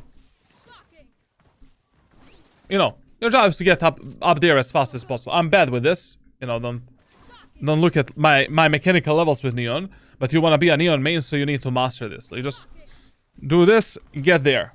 And from this position, pressure the enemies. Also, without the stun, without wasting your slide, you can just do this instantly as the round starts. Get up here, and then from this position, you know, engage the enemies. If enemies are pressure there with a smoke, with a medal, with a molotov and stuff like that. Take this space, pick the enemies from here, pick the enemies from here, and we still have a slide to reposition and go back here. Then we have another slide to reposition here and go back. But going to the right side and just walking up there without the help... Everybody say. Yeah, it's good that he actually went back. This was like impossible to contest. I don't know why you went all the way back to the A main. I mean, you know, if you're already playing on the B side or around the A link right here, and there's one teammate there, the doors are opened. Fight with that teammate. I mean, you're basically, when you're playing on a defender side, on the attack as well, of Valorant. When it comes to team play, you're always asking yourself one question. Which one of my teammates is the most useful for me, and which one of my teammates has the highest chances of dying? Right now, to be honest, you don't have any useful teammate, but the highest chances of dying has the Phoenix. Because while the enemies are pushing aim in, if my Phoenix is fighting here, I mean, he's gonna pick the first fight 9 out of 10 times. Everybody say. So here, rotating this far back, plus the Phoenix has a fucking ghost, man. You know, this was like just really, really bad. How does the Phoenix has a ghost? Like, why didn't buy him a weapon? So... What the fuck is this economy management? Like, 3 of us both, and these guys didn't buy. You should have dropped the weapon to your Phoenix, man. No matter, it doesn't matter if he's bad or not. Like, I always drop the weapons to my teammates because you never know when your teammates are magically gonna pop off and make an ace. Happens, you know? Anyways, we have higher chance of winning this round. Or drop a weapon, drop a Vandal or Phantom to Clove, and tell the Phoenix to buy a Heavy Shield with a Stinger, Sheriff, whatever, like. He has more money anyways. But we definitely sold that Phoenix. Yo, mechanical skill left the chat, bro. That reaction time, this movement, and this flicking, this was horrendous. Like, all of the Valorant mechanics left the game. But let's forget about Valorant mechanics for a second. Like, you know that enemy Neon is there. She just used the run and one slide. Why are you contesting the enemies in a 50-50 fight when you have shit tons of utility? Like, isn't it easier for you, especially with Neon? One enemy is stuck in some corner. Do this. Neon is dead. Catch the Neon while he is running back. She's gonna be pressing the A key. That's such an easy kill. Why would you ever take a 50-50 fight? Like, the worst type of fights you can take in Valorant are 50-50 gunfights. And there is no way in this lifetime that the first fight for you is a 50-50 fight. Because you always have some utility. Flash, Paranoia, Shrouded Steps, Smoke, Stun, Dash, Molotov, dog, something, nanoswarm. Like, there's always better way to take this type of a fight. At least by doing this and then peeking out, you mentally and physically pressure that guy. He will naturally panic more and be in a disadvantage. And that will allow you to be more calm and have more time to aim and think. And if you wanted to take a 50-50 fight here with that Neon, like that needed to be much more methodical with some kind of a jiggle peak. Micro correction should have been much better. And all of this is very easy to practice. I don't like speaking about this shit on the streams. Like, you know, I'm just gonna give you some general aim training routine to work on all of your problems. But this, taking this type of fights without utility, that's one of the main problems why your KST is shit and why you have such a low impact in your games. Like, you're not using 80% of Neon potential, and you want to play Neon. Come on, man. Like I mean, you're still learning, of course. But that's how you play Neon. Like, there's not a single fight.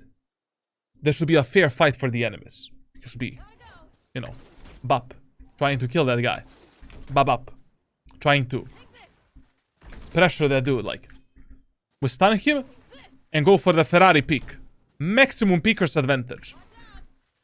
Bap.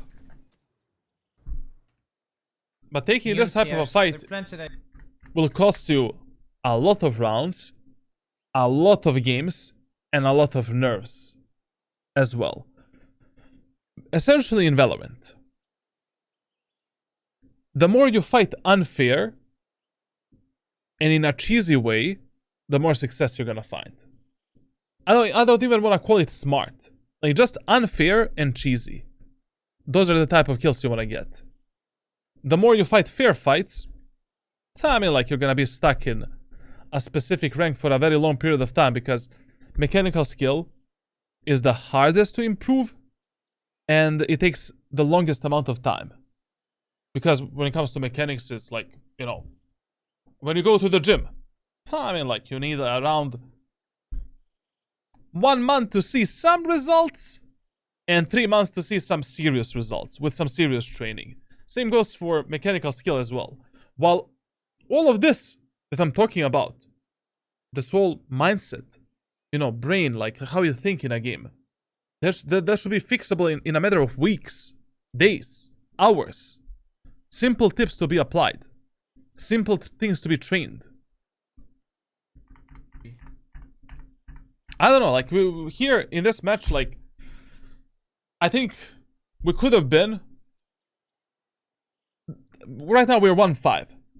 If he followed these tips that I'm telling him, like, we could have been right now maybe 3-3 or 4-2. But definitely not losing a match 1-5, bro. Okay, listen here. When it comes to the Neon Ultimate, I would actually recommend you to use the Neon Ultimate in the same way as you would use the Jet Ultimate or Chamber Ultimate. Like, Neon Ultimate is an economy saver tool and a clutch tool. So we want to use the Neon Ultimate in these scenarios. Number one, you don't have money to buy a real weapon. We're playing an eco round, halberd round, bonus round, or you need to drop the weapon for your teammates and you have the ultimate. Do that. Use your ultimate. Our teammates are saving, no problem. Heavy shield, shorty.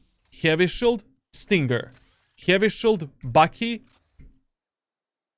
And I'm using ultimate as my main weapon. The only problem of Neon Ultimate compared to the Jet and Chamber Ultimate, you need to hit the right moment of time when to use it. When to use it when you're already close to the enemies. You know, when the enemies don't have anywhere to escape and you know you will be fighting the enemies at that moment of time. And use it as a primary weapon at that moment of time. Now, your teammates don't have money to buy. Drop them that Vandal. Hey man, can you drop me a Sheriff, Shorty, Stinger, Bucky? What should you buy from these weapons? Depends which map you're playing. You know, like on Abyss, you're not gonna buy a Shorty. You're gonna buy a Sheriff. On Bind, Shorty, Stinger, Bucky, like close range weapons. On Lotus, Stinger is the most optimal out of all of these weapons. So, you know, in this round, I don't know, your teammates are kind of having a scuffed, like, really scuffed buy. It's okay that you're buying the operator and trying to counter the enemies with operator, but look at your teammates' economy. Like, this guy is playing a Vandal Lightshell. This poor guy, Vandal Lightshell. Oh, to be honest, like, Jet has the ultimate. In this round, it's okay that you're buying the operator. I didn't notice, Jet has the ultimate. She can play a heavy shield with the ult. Okay, in this one we can actually save the ult. But generally speaking, you know, like, you want to use your ultimate as soon as you get it as a main weapon, preserving more economy for yourself and for your overall team, and that's it.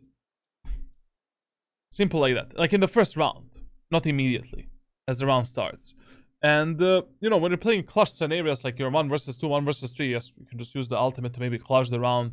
If you're playing the retakes with operator and you have the ultimate, use your ultimate instead of the operator and just, I don't know, sound effects, you know, like they're not really working good for me. And kill the enemies with the ultimate. Okie dokie. Let me get something to drink. Being a Jet main really shows on her Neon gameplay too. With Neon, you know, you cannot really take the fights in the same way that you take with Jet. And with Neon, you need to have a vice versa mentality on a defender side. Like with Jet, you have an instant dash ability. I mean, you need to pre-activate the dash ability and then like dash away. But the thing is, like, you know, when you're playing Jet, you're just taking the position that you want to play, listen to the enemy's footsteps, activate the dash, and that's it. You can stay on that position. But with Neon, you consistently need to gather the information first for your crosshair and yourself, and then you can take a fight with a slide. Like Neon is like, always, you gather the information first, and then you take a fight. So how you gather information is very important. Like how you hold the angles, initial angles, and how you take initial fights. And if enemies give you that information, like they gave us here, like enemy Neon was there, that's the easiest fight for him. He could have just done this, and he would have gotten a kill. Literally.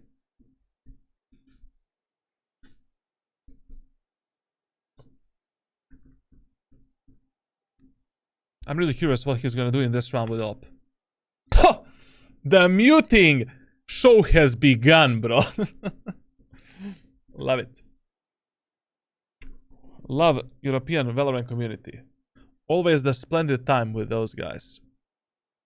Splendid, bro.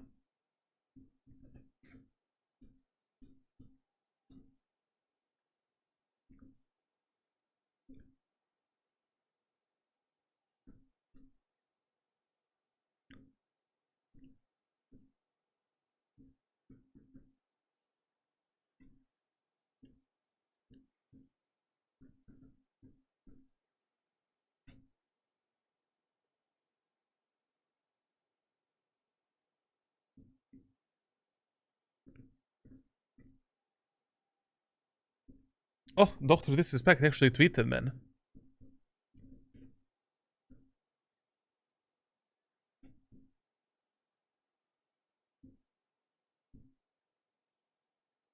Doc actually tweeted. Valorant points are going to have a price adjustment starting on September 18, with most of them being increased. What the fuck, man? What the fuck? I'm reading a Twitter. So, Valorant points are going to have a price adjustment starting on September 18th, with most of them being increased. Before these changes go live, Riot is offering extra bonus virtual currency on in-client purchases in regions where prices are going to be up. For example, in Valorant, the 2050 VP bundle, which usually includes 1900 VP plus 150 bonus, will now give you 300 bonus VP, making a total of 2. So we have an exclusive offer to spend more money. Brazil plus 14%. Canada no change. Chile plus 22% in Chile. Colombia 6%. Latam regions, some regions will see a decrease of 15%, while others an increase of 12%. USA, no change. Unlisted regions, no change. India, minus 6%. Yes, Microsoft Support Center. Japan, plus 20%. Korea, plus 14. Malaysia, 16. Philippines, 7.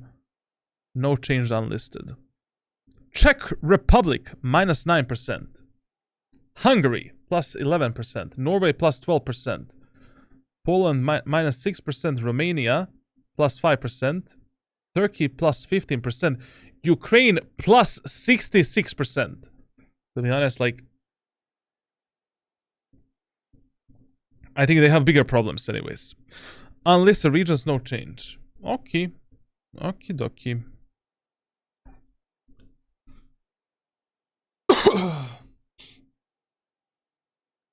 Interesting. They're not having enough money right now. Poor Riot Games. Very poor company. Indie developers. Listen. My friend right now muted his teammates. Is it okay to mute your solo queue teammates? Absolutely. If they're just pure toxic and they're never giving any valuable information, mute them. You don't need to deal with that shit. But if they're toxic, but in the same time they do give you some information, don't mute them. Generally speaking, the best idea is to build a mental resistance. Why do you care about some Nikeron, Shania, Gaise, Pezos, Jet Pezos, Ino, SK? Like, who the fuck are these guys? You know? Like, when I get in a game with 4 teammates, I don't know, I behave towards my teammates like NPCs. Like, you know, Valorant gave me AI bots to play with. And sometimes I get toxic bots, sometimes I get good bots, like sometimes I get bots that carry me, sometimes I get bots that I need to carry, but their opinion doesn't matter, essentially. So, sometimes they might give you some valuable information that might be useful to you. So usually the best idea is not to mute them and just build a mental resistance where you don't give a fuck, you know? But if they're just screaming in your ears and they're really not giving any info, okay, just mute them and be done with it. Okay, in this round, our friend decided to pick up the op. Personally, I would recommend you to hold this angle in this specific way. It is much better. You can dodge the breach flash up here, number 1. When you take a shot, you can reposition much faster. Also, when you're holding the angles, long-range angles, in this specific way, another benefit of this is like, you know, you align this angle with that angle. Another benefit is like, your body looks very unnatural to the enemy team, and only half of your body is exposed. So there is a chance, if enemies headshot you, they're gonna headshot you through this wall, and you're not gonna die immediately from the Vandal first bullet. And that might give you a chance to survive. I'm not holding every angle in Valorant in this way. You know, this is a very specific rule for some angles. This angle is just really good if you hold it in this specific way. If you, listen, if you get smoked here, shoot some shots. Like, you're never gonna get lucky or find success in life if you don't try things. That's why I hate when somebody says like, oh, you got lucky that you are making money from coaching. You got lucky that you're a millionaire. You got lucky that you have a good vibe. Brother, there's no fucking luck. When you test 50 different things, try 100 different things in life, shoot 100 shots, 10 of these shots are gonna hit. 1 is gonna hit. But if you don't try anything, you're fucked in life. And in Valorant as well. Here, maybe you could have taken this shot right now and you take a kill. Based on timing. A docked side. Ooh, that flash was mega good from the KO man. Below you? I feel like one of the problems of this guy is that his map awareness is like... awareness and map awareness. He is at 0%. I don't know if it is a problem of the focus or problem of... We'll see. We'll see. Like there is a training for this. But if I continue seeing these problems, like... we'll see. But it's good to not show that you have an op. But rather, like, you know... If this is a normal lobby... What are, like... Enemies should be pathing perfectly, you know. So what if they know that you have the op? Do you think a platinum player is gonna be like, oh, enemy Neon has an op, I'm gonna jump spot this angle. I'm gonna use a fade dog here and then pick out the comment. Like even Radiant players are playing on full autopilot mode like 50% of time. They don't think about these topics. And anyways, so what if On spawn already.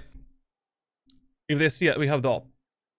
This is the part of awareness that you really need to fix. Like, I mean, here enemies had plenty of time. I mean, your Jet saw an enemy here in the smoke, the enemy sky. We saw on the minimap the brimstone. Like, you should be checking minimap more. Here, you should have expected one enemy to be close to us. Like last time, when Neon was pushing A side, she was always sliding towards the CT, towards that position, like stuff like that. You need to track information better and pay more attention on the minimap. Like 50% of times in Valorant, your eye should be on the minimap. 50% of your playtime, your eye should be up there. When should you do that?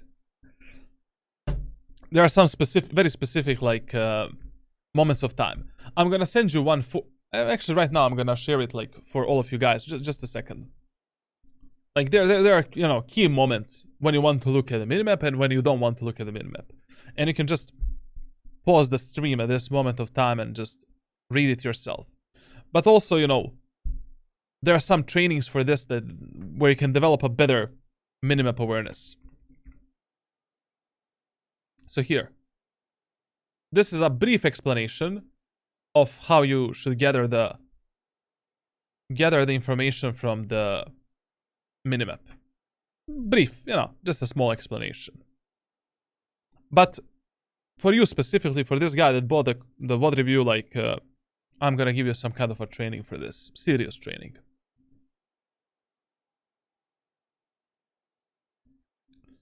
Let me see if the Frost is here.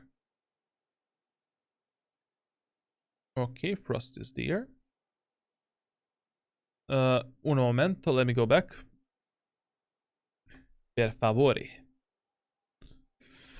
Okay. Push up like. I mean, you already kind of know what was the, you know, what was the main problem in this VOD and what you can fix. Like in this round, for an example, when you had the op, like first thing that I would have done is like if I get smoked, I'll try to get this shot blindly. Then I would rotate immediately with my running ability, take this angle, try to kill the enemies there. Then I will get onto this angle, try to take one more kill. And then I'll try to reposition, maybe onto tower, and then take this position. You're just playing way too passively. Like I mean, your first angle was this. You didn't even take a shot. And your second angle was essentially this. Sorry. Your second angle was this. Way too passively, not many angles abused to essentially get any kills for yourself. Use my ulti. If you're using the ultimate, I would actually recommend buy a heavy shield, man. Like you should behave towards your ultimate as a primary weapon. Like in this round, I would just buy a heavy shield, buy a stinger, shorty, or sheriff or Baki, and use the ultimate as a primary weapon. Guys, let's push up aggressively. Can you smoke this? I'm gonna stand in. I don't know why would you play with the light shield? It's just stupid. Your ultimate is like a very powerful main weapon. It's the same as playing a Vandal, Phantom, Operator, like whatever. Maybe like Molly this as well. Just push up aggressively, okay? Just like take this space. Sorry guys, I'm trying to They- see if like they something push, is I'm here. gonna use my ulti. Okay. Yo, that smoke. These are the micro corrections you need to do. Like, the most important teammates that you need to navigate in Valorant are your controllers. That's why every single player in Valorant should learn what is a good and what is a bad smoke, and what is the most optimal smoke for a specific push or execute, retake scenario, whatever. Like, understanding smoke setups is mega important.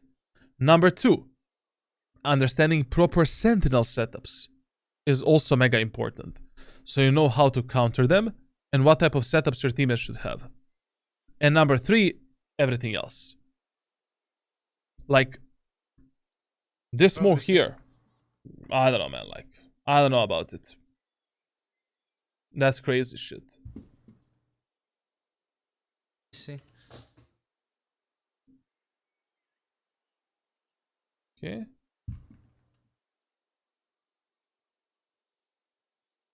I don't know in this round if I would even use the ultimate, to be honest, because I mean we can try. We can try to win this round, to be honest. It's okay. I would have tried to win this round. Even though I'm 2 versus 4, why not? But I don't know. Like, I mean, he should have first cleared the smoke and then use the ultimate. He kind of got caught in this animation, but also, like, to be honest, who the fuck is gonna expect this guy on the attacker side playing with a judge in this smoke? When something like this happens to you, okay, I'll be aware of it in the future rounds. Enemy Sky likes to play judge on the attack for some fucking reason. Well played, Sky. See ya next round.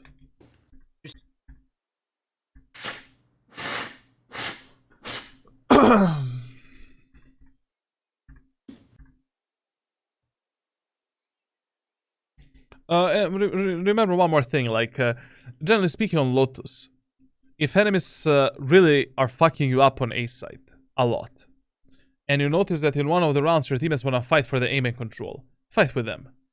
Don't let them fight alone. Like here, there's no way I would be playing B side. First of all, enemies never push the B side through B main together as 5.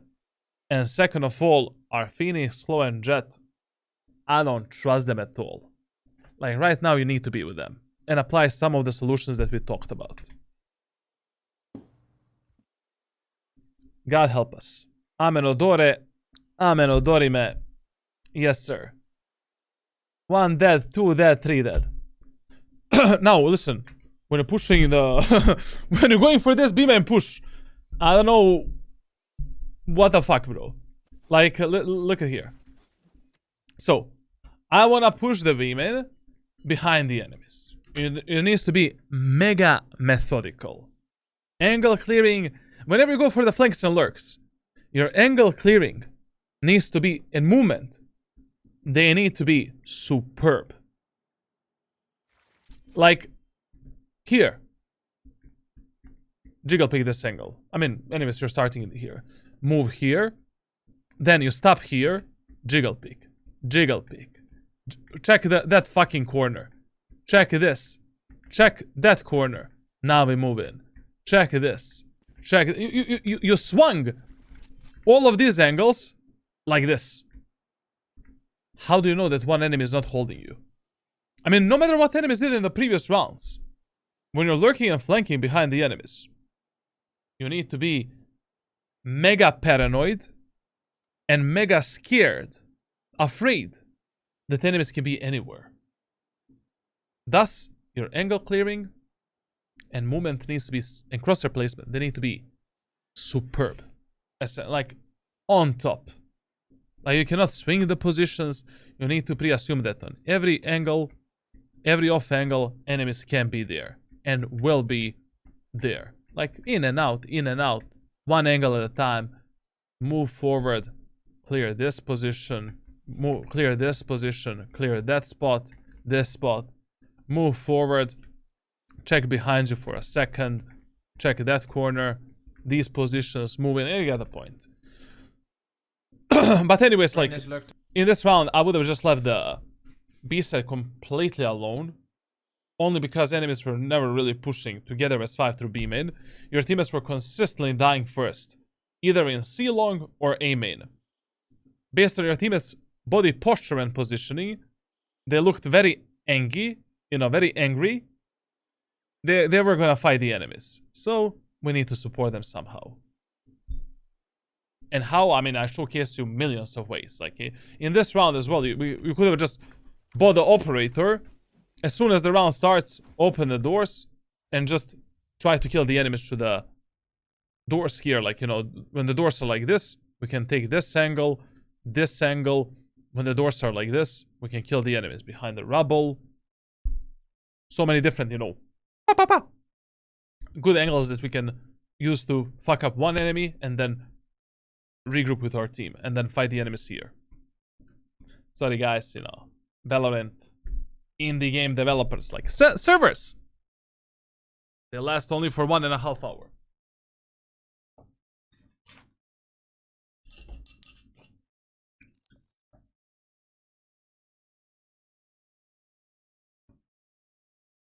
Shabalubaba. How is your day, guys, huh? Guys and girls, is it okay to hide for 1 second when playing with operator before you look at the minimap and then peek again? That depends which angle you're holding and what type of timings enemies might have against you. I don't know, like especially when you're playing operator, developing peripheral vision is mega important. Like, it's something that every player needs to do in Valorant because of how important is the minimap awareness. Like, let's say this is my screen. My minimap is here, and this is what I see in the operator. Like, while you're looking at the minimap, right here, with your peripheral vision, you should be able to react on any color that appears in this circle, in the scoped circle of the operator. Any pixel, any change. You should be able to kill that enemy without fucking looking at him. With your main vision, just peripheral sight. And there is a training for that as well. My ult's ready. Gotta go. Top B.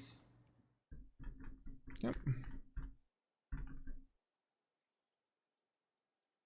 Yo, chill, we'll see, man.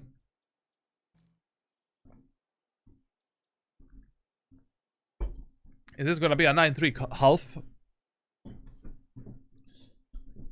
Not really. We're at 1-8, bro. But when you put your sunglasses when I play the game, man. Anti-flash system is when I play the match, bro. I mean, we kind of discussed already, like, every single solution for this game, for this defender side. Like, there's really nothing else that he can do better. A bit of, macro mistakes, a bit of micro mistakes when it comes to map control and fighting the enemies. Utility users can be more efficient and better. Some of them make economy mistakes here and there. He needs to read the enemies a bit better and position based on how enemies are fucking us up, essentially. There's 3, 4, 5 solutions we can do here. But let's see what's gonna happen.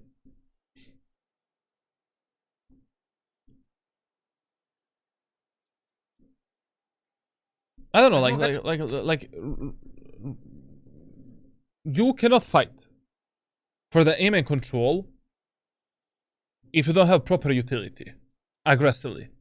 Like, you need to have, like, for this to work, you need to have a smoke here. We need to have a medal here. We need to have a stun here. We need to glide here. And we need to have a Phoenix Molotov here. If we want this to work and actually take the main control.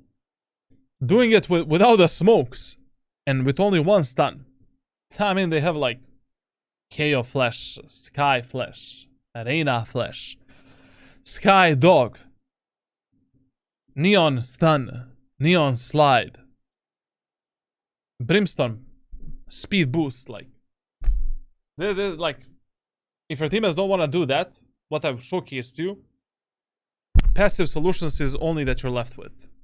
Only thing you're left with. And here guys. it's totally fine that he picked that fight because, you know, his teammates were fighting from behind. The only difference here is that, you know, whenever you have opportunity in Valorant to pick the enemies from a different vertical or horizontal position compared to what your teammates are playing, then you should do that. Like here, for example, if I'm here and my teammates are behind me, I'm not gonna take this fight. I'm actually gonna go up and take that fight from this position. And this is what I would have done. You know, just be careful how we're moving here. So I'll wait for the enemies to be there. Bop, take a kill. Bop, take a kill. And then go down. So the enemies have harder time killing us. Guys, please speak with me. With their crosshair placement. Nice. This round here, you didn't win because we did something good. Like, we only won this round because enemies are... in high-low lobbies, enemies are gonna pressure you back with shit tons of utility. And... And another thing, like, to be fair, in this elo, I don't know, fuck the Neon. Like, Raze is just much more superior on this map. Like, you have so much better utility to solo carry. And to fuck up the enemies on the defender side, fuck the Neon. From now on, Raze main and follow the list that we talked about at the start of this VOD review. It's not even worth it.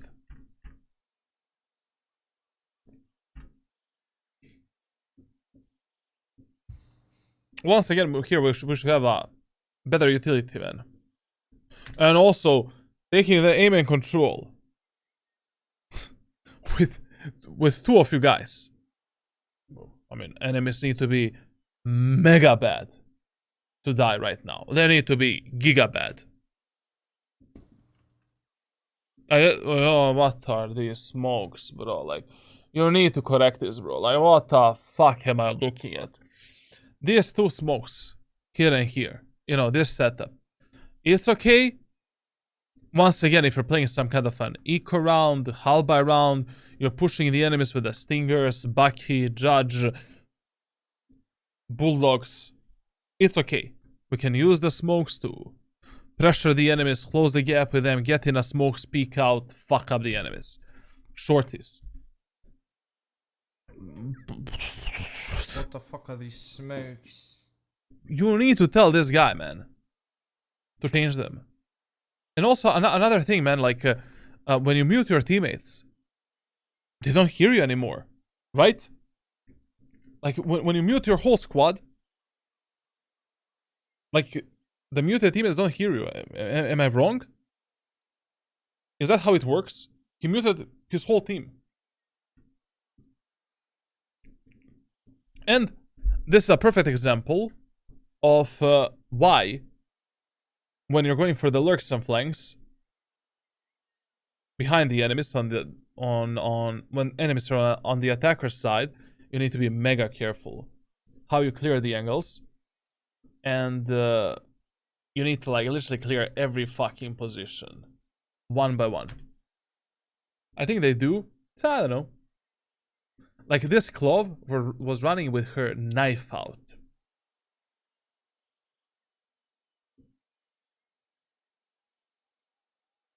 Also, I've noticed, like, I mean, this is a problem, mechanical problem, but I've noticed that from time to time, your crosshair placement is like a heart rate diagram. You know, when you're engaging the enemies, holding the angles, like, it's not exactly where it should be. There's so many easy ways how we can fix crosshair placement in Valorant. So many. Like, number one, just playing deathmatch, regular deathmatch, and paying attention on your crosshair height. Pure focus on a crosshair placement for 3 weeks, you're gonna polish it out. Second way custom server practice. You know, in custom server, practice how you should be holding the angles, visualize the enemies, invite your friend to practice together. Like, tell your friend, hey man, like, can you, you know, I'm gonna be somewhere, be somewhere randomly on the A site or B set or C set of Lotus, and I'm gonna clear all of the angles one by one and try to find you. You know, play hide and seek. Essentially, you're playing hide and seek, and that's gonna force you to clear every angle properly with a proper crosshair height. Then the third way is like through VOD reviews and stuff like that. You memorize, you know, how players look like and where you should place your crosshair. And the fourth way to fix the crosshair placement in Valorant is essentially just understanding that every single box in Valorant, every single wall has some kind of a crosshair placement purpose. And you should assign that purpose to these places. Like, basically what I developed in Valorant is, throughout the years, is a crosshair placement lineup for every single angle that I peek or hold. Literally every angle. Like, every box in Valorant is approximately the same height as the players, as the enemies, if the enemies are standing close to that box. So if I'm clearing this angle, I know that my crosshair should not be above this line and below this line. So somewhere around here, in the middle. And I do this. That's a headshot height for this angle. Then, when I'm clearing this angle, or I'm scared that one enemy can be there, what is our crosshair placement lineup? I know that my crosshair from this position needs to be in between this line and this line here on the wall. So like this. And that's why I place my crosshair there. You memorize these things as you play the game, or in a custom server you can develop these easy crosshair placement lineups. Then, like, you know, let's say I'm holding the aim and push of the enemies here. Where do I place my crosshair? On top of this line right here. Easy lineup. That's approximately where's the enemy's head when they're pushing the aim and area of the map from the wall that is further away. A lot, like, those are the 4 easiest ways to fix a crosshair placement. And if you apply all 4 of them, in less than a month, you can have a superb crosshair placement. I know it takes some time to develop the lineups and everything, like on every single map, every angle, but do the job, do the work. You know, over the time, crosshair placement is just gonna become a natural thing for you, something that you don't think about, essentially.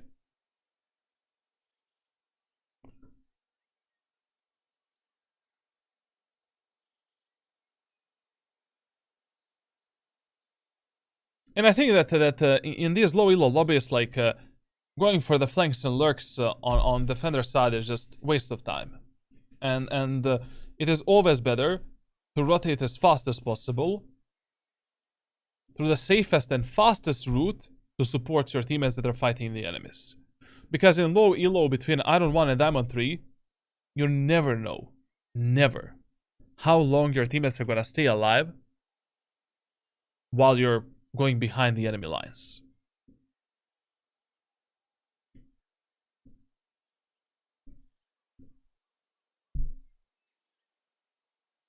Because every lurk, every flank takes a lot of time. Ooh. Yeah, but that... Listen, man, like, I mean... Every box, every position in Valorant... Like, no matter from which material the wall in Valorant is built. Like, if you spam the edge of that angle... Like, every wall, every angle in Valorant is spammable. It doesn't matter from which material it is built.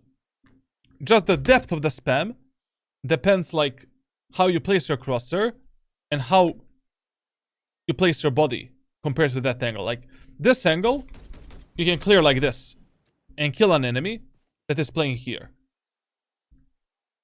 So, if an enemy is behind this box, I'm not gonna aim at his arm. I'm gonna place my crosshair inside of the wall inside of the box like this. That's how I'll shoot. This is a headshot. Maybe I'm gonna kill him like this. Who knows?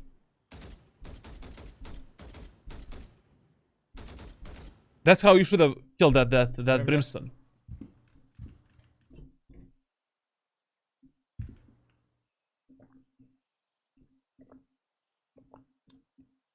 Top side. Fuck. Here, like, he baited the shit out of his jet, to be honest. Like, in this example, you needed to move in first. You needed to move in the first. Especially because right now, when the Chaos Detain expired, like, you should have done this, get the information, get the backside control. Like, your speed ability plus glide are mega powerful to take the space, and especially in low elo lobbies where players have terrible mechanical skill and terrible tracking mechanics, taking these type of kills should be a piece of cake for you, essentially.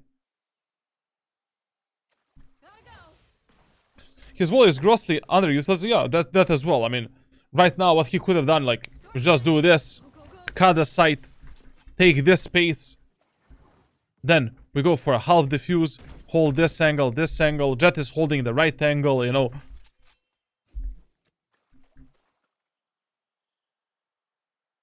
And also, like, when the Jet was moving towards the site, and the KO was there, fight with the Jet, move towards the left side. Top side. Like, you know, KO is playing here. You cannot see that KO if he kills your Jet from this position. It's impossible. So how would you instantly move? You know, like this, and then hold my Jet.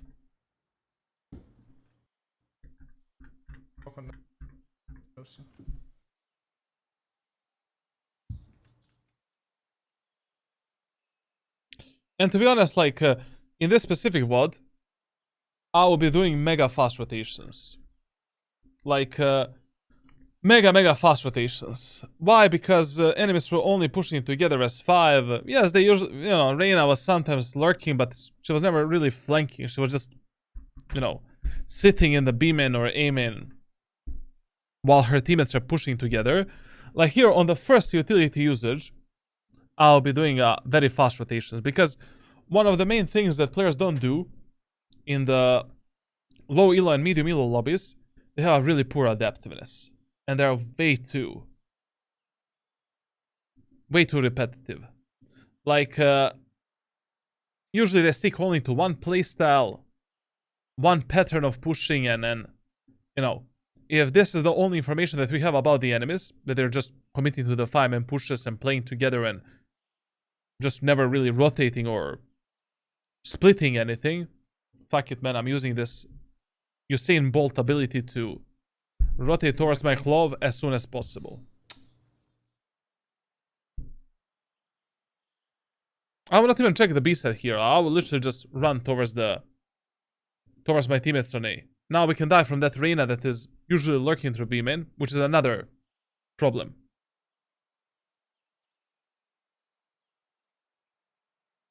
Oh, Fuck. Let's just see this. That's like, when it comes to raw mechanical skill, another problem of yours is like movement plus aim. Like, movement plus aim doesn't really work for you, and I'm gonna share with you some private training to work on that mechanics problem. As I said, like, I really don't like during the live VOD reviews talking about mechanical skill. Come on, man, like, it's 2024. You should already know that Valorant is a tactical game. Fuck the mechanical skill. You can get Immortal 3 if you don't have both arms. But you definitely need to have a bigger brain, my friend, you know, like, and do some better stuff on Lotus. Overall, you know, my opinion is just fuck the Neon in general. Like, just play the Raze like, if this is how your games look like in this elo on Lotus, it should be much easier for you to carry with Raze compared to Neon. Okay. But okay, I mean, we can use Neon as well. She's good. Not bad. Okay, let's see now what our friend is gonna do on the attacker side of Lotus. We already talked about the attack. at the start of this VOD review because I thought we were starting the VOD review on the attack, so I'm a bit stupido. Let's see what he's gonna do in the first round. Let's see how he's gonna play the first round. So classic pistol, light shield, 1 stun and 2 slides. Very good. When you're doing this jump spot right here, this is a very common mistake that players do. Like when you're jump spotting this angle, try to jump spot it a bit wider. Like jump spot it like this. Make sure that you see more, you know, of this mound area of the map. Like make sure that you see all the way to this box. So you can, with Neon, you can always reveal an enemy that is moving like this. And maybe you reveal potential enemies that are playing far back from the mound. Because when you jump that high, like this, you see quite a lot of the C main, C long area of the map. And you get all the information that your teammates need. Then just be aware that, you know, Omen can teleport there, that enemies can still be here if they're crouching behind the mound, and, you know, if they did this, and enemies can still jiggle PQ like that. Okay, we don't need to waste our run. Our fuel here. Oh, listen here. When it comes to picking up the orbs in Valorant, pick up the orbs only if you really need it for the ultimate in that specific round. Number 1. Number 2, pick up the orb if there's nothing better for you to do. Like everything is silent, you don't need to play with your teammates, you don't need to execute the bomb set. Like there's nothing else to do on the map. But don't pick up the orbs in the first round when you're playing a duelist. Your teammates are moving into the bomb site. They're about to die. They're like, bro, your Phoenix is moving in. Jet is moving in. Be with them. Support them. You don't have time to pick up the orb. And also, for God's sake, micro-correct these smokes. What the fuck is this smoke, bro? Like, our claw did a smoke here. In the first round, when we are pushing the C side of Lotus. You need to tell them what to do. Like, you need to, like, if they don't listen, okay, it is what it is. Like, if your teammates don't listen to you, there's nothing you can do. Play around that utility and try to get something out of it. I mean, this is not that bad. It can be bad. It can be worse, you know. But rather, like, is this too hard, man? Is this that hard? Doing these 2 smokes and doing a medal here or here. But you're wasting a lot of... Oh, we don't even have that... What is that smoke? I don't know what you're doing here. Like, to be honest, like... you should have played with your teammates on site. I mean, once again, you trusted your teammates way too much. Yes, your teammates moved here to the choke point. Yes, we have this reveal that doesn't reveal anything, to be honest. Like, what the fuck is this reveal? Okay, enemies can easily be backside. Enemies can easily be here, here, here, here. Like, you should have cleared the whole site, play with your most aggressive teammates at that moment of time, and then we can pay attention towards the doors and towards the C long. If that is the duel that our teammates are fighting. Right now, what I would be doing, I would be being chilling in the smoke with my clove and waiting for the clove to take the first contact, and then I would just swing out. Or maybe stun the enemies through the smoke, take an easy kill, get back. You trust your teammates way too much. You need to compensate their mistakes and play with them a bit more. And here, how you fought with this Neon, I mean, you were way too close to the doors.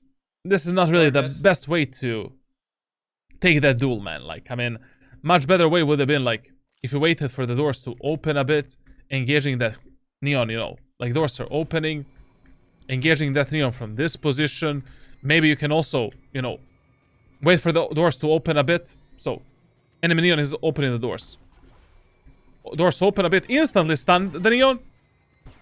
Take a kill. Now we need to go back Now, stop with the lurk, stop with the flanks. Even in this example, your teammates can die. Jet can die, Phoenix can die.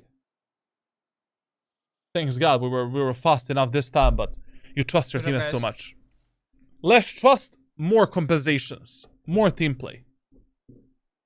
Now, no matter what you do in a first round of Lotus, second round you should always push the C set again. Stinger, heavy shield with Neon is absolutely fine. This jump spot is not good enough. Do it a bit wider, it's totally fine. No one is gonna kill you in Platinum because of that. Like, you need to be ready for this. Like, when you're playing in these lobbies, and when you're in the choke point, and you get smoked, you're moving in as soon as your most aggressive teammates are moving in. Like here, my Jet is dashing in. I am running out. Anyways, you know, like when you're executing C-set of Lotus, like all you need to do... Sorry guys, I'm touching my nose so many times because I have some allergy. Allergy, bro. To the some stupid plant that grows like during the September and August. It's so annoying, man. Now, when you're executing C-set of Lotus, I mean, all you need to do is stun this and just do this. Take this space, fight the enemies here, and then move in with your allies. Like, you should have moved in here as soon as your Jet started moving in. Move in! Brother, this Molotov is bad. There is a gap on the left side.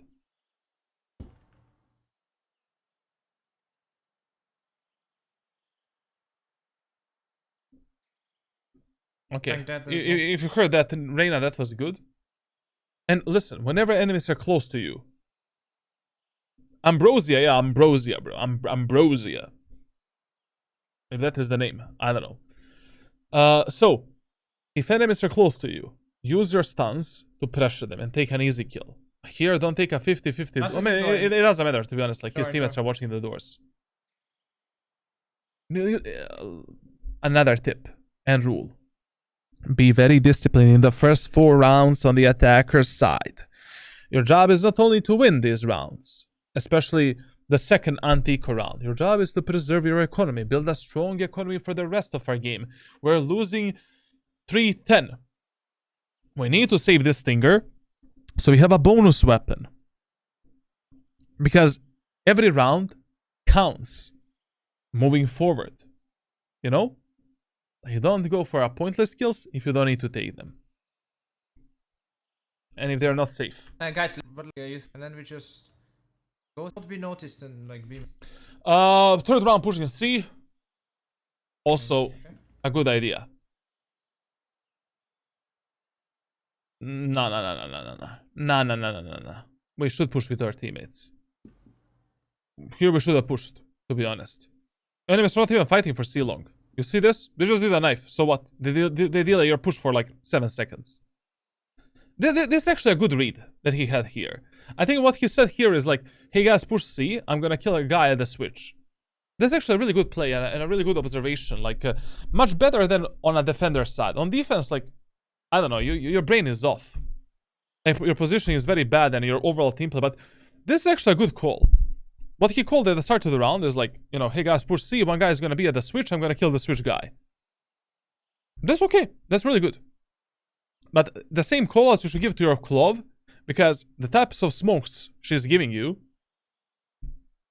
I don't know, man. I don't know what to say there, bro. Good luck with that shit. You made that. Let's go B, rush B, guys. Rush B, suka, blat. I don't really like how carelessly you pushed once again through this area of the map. How do you know no one is B? You know? Who told you that? Like, an enemy could have easily been A-Link, tower. In this position, we need to do some standard execute. Let's talk about the Neon execute for a bit.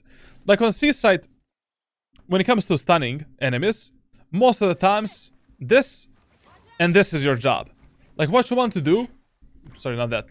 So what you want to do You either want to stun the enemies that are playing around this position, or you want to stun the enemies that are playing backside, like this. That's your main job.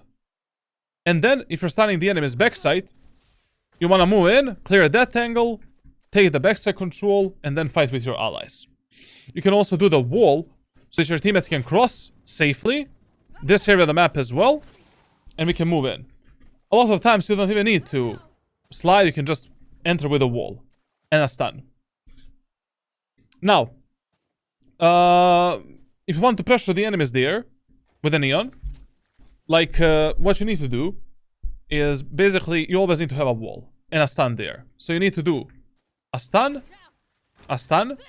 wall, do a normal wall, like don't miss it, and then take this space, and that's it. Very simple, nothing really to talk about too much. When you're executing B site, 99% of times, your job is the following. Like what you want to do is you want to place your wall like this, stun the enemies that are coming either through CT or through tower, like that, and simply get into this position. From this position, clear this spot, like you're gonna have a wall to clear the enemies. You can clear it with a glide as well, like you can just do this. And then clear this and stay on this spot. Like this is the best spot to fight the enemies while your teammates are moving into the site. Because you can fight this fight, you can fight this fight, you can fight every fight that your teammates are fighting. There's no reason to complicate things at all. And when you're pushing A site, 90% of times, you should be moving through the doors. Essentially just opening the doors, you know. With a slide, you can take this space, kill the enemies, and then you don't need to complicate things too much. You can just use a... Even without any utility, you can just do this. This is the spot where you want to be. Like on Lotus, you know, executes don't really exist that much. Like as long as you take this space, this space, this space, this space, that's totally fine. That's enough space taken to fight together with your allies and then moving in together with your allies and fighting the enemies. Like those are the safe executes, essentially. Now in the games where, you know, like your teammates are absolutely shit or they don't want to follow you up, you will need to go for a bit more risky plays, and then you need to heavily improvise. Like you know, like if you're pushing A site, you will have to do a wall like this, move in, stun the enemy's backside, kill that guy. You get the point. Like, I mean, you need to practice all of that shit in a custom server. But same as with Jet, Omen, Raze, like, your job is just to take some initial space and then fight enemies together with your allies. It's even better if you don't waste your stun. You know, when you're pushing here, here, and here. Because then we can use the stun to do an additional pressure onto the enemies at the backside, or to stop these enemies from peeking, or if enemies are there, we can just do this and then kill them. Like, you get the point. But here, like, I mean, with a stinger just running into the bomb site when the enemies can be like Kevin? in a link. Good kill. That's crazy shit, bro. Crazy shit. Did you that? This angle here with the stinger was fine. Just I wouldn't really hold it statically, because enemies have the peeker's advantage, you know, over you. If that KO was pushing a bit faster, or if he was jiggle peeking at the corners, you know, like this, you would have been dead. I would have held this angle, essentially, with the silent step mechanic, and just wait for the enemies. Move in, move out, move in. Let's take a fight, let's take a kill. And then we can just continue playing the postman from this position. We can take an easy kill here, easy kill here, easy kill there.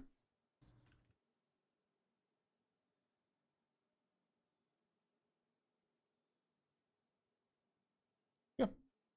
Good job, guys. Okay. Now in this round, you know, because we pressure the enemies 3 rounds in a row at the start of the round on C, this is the best round to call for a fake.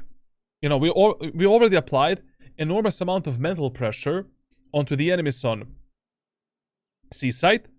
Like, in this round, faking the C and going A is the best decision ever. Будет наконец-то. You smoke this. But we're not doing that.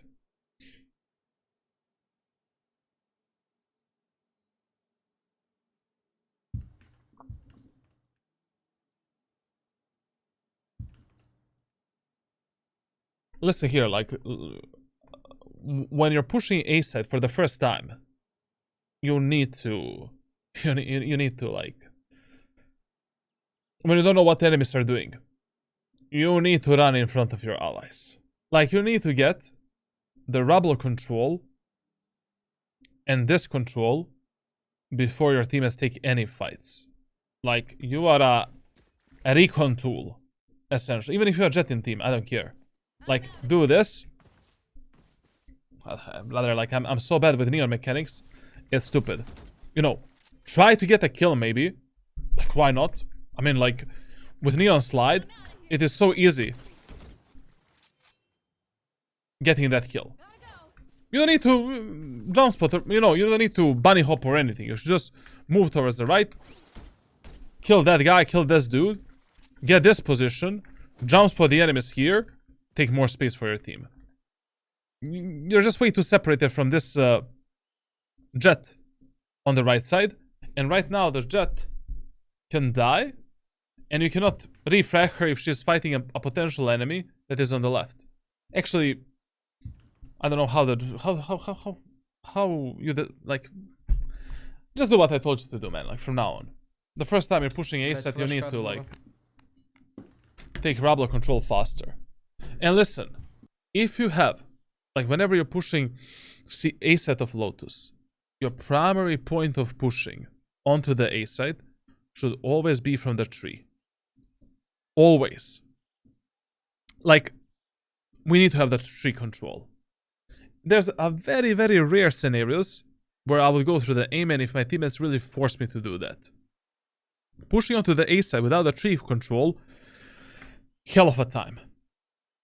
Because they have one more angle through which they can fuck us up as we are moving into the bomb site.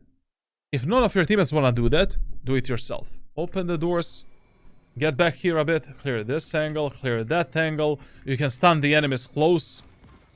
Check that position, this position, that's it. Also, what you can do this type of a stun from the tree. The stun actually stuns the tree, stuns this guy that is playing here, and all you need to clear is this position. Clear this, and then move in. But pushing onto the A side without the tree control, God help us. And you should have been faster, like. And you're wasting a lot of time picking this stupid fucking orbs. Pick up the orbs when there is nothing happening on the map. Your teammates are not fighting. There's nothing better for you to do. Like, that's when you pick up the orbs. Or if you really need the orb for your ultimate, but you don't need it right now. You have a Vandal, you have a heavy shield, you have all of your utility. Why would you use the ultimate in this round? There's no reason. There's no reason to.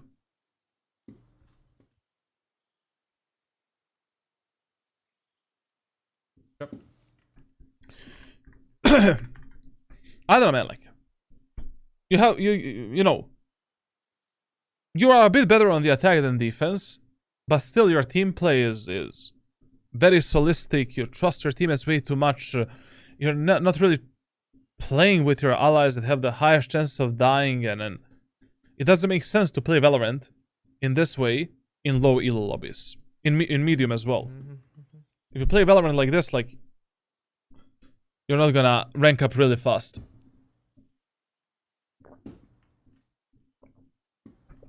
A lot of the games Let's you're gonna lose because of your let's go, bad guys, teammates.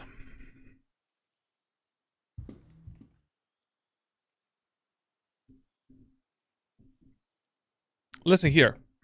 Another very important tip. Never tunnel vision on your callouts. Never. when you give a call out, what should you do? For the next 3 to 4 seconds, look at the minimap. Look at the minimap.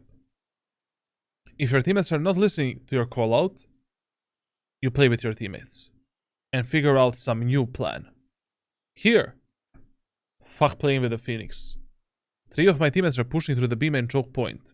I know that the Phoenix has the spike. Phoenix can easily connect with us. Even if he dies in A main, I don't care. But if 3 of my teammates die in the B main, the round is over. Like, I would instantly turn my focus here and run towards my teammates in B main. Okay. If I notice they're not actually going A. Here, if I notice they're fighting these enemies on B, I'm like, pa, pa, pa, pa, pa. Usain Bolt, bro.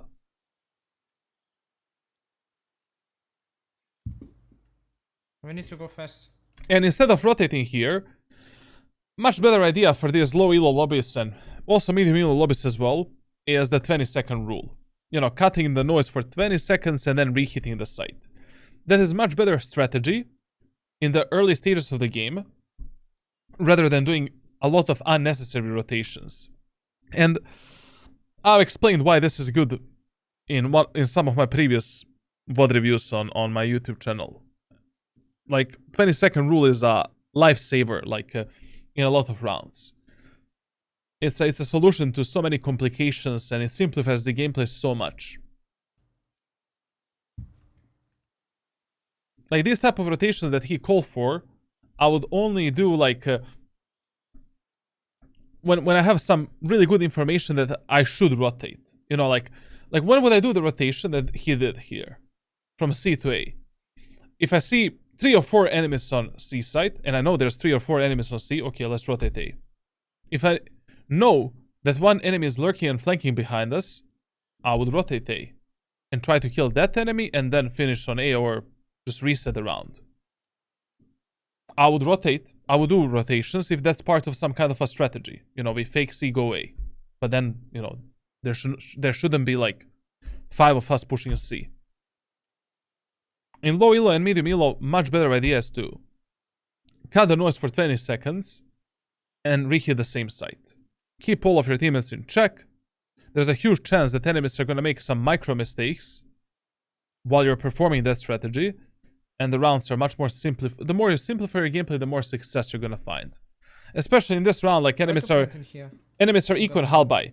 Whenever enemies are equal hull buy, brother, I don't give a shit about doing some high-level strategies. We're just using a reframe potential, simplified gameplay to win the round and the gun advantage. That's it. Why wouldn't we push C-set again after the Brimstone Smoke expires? Easy push.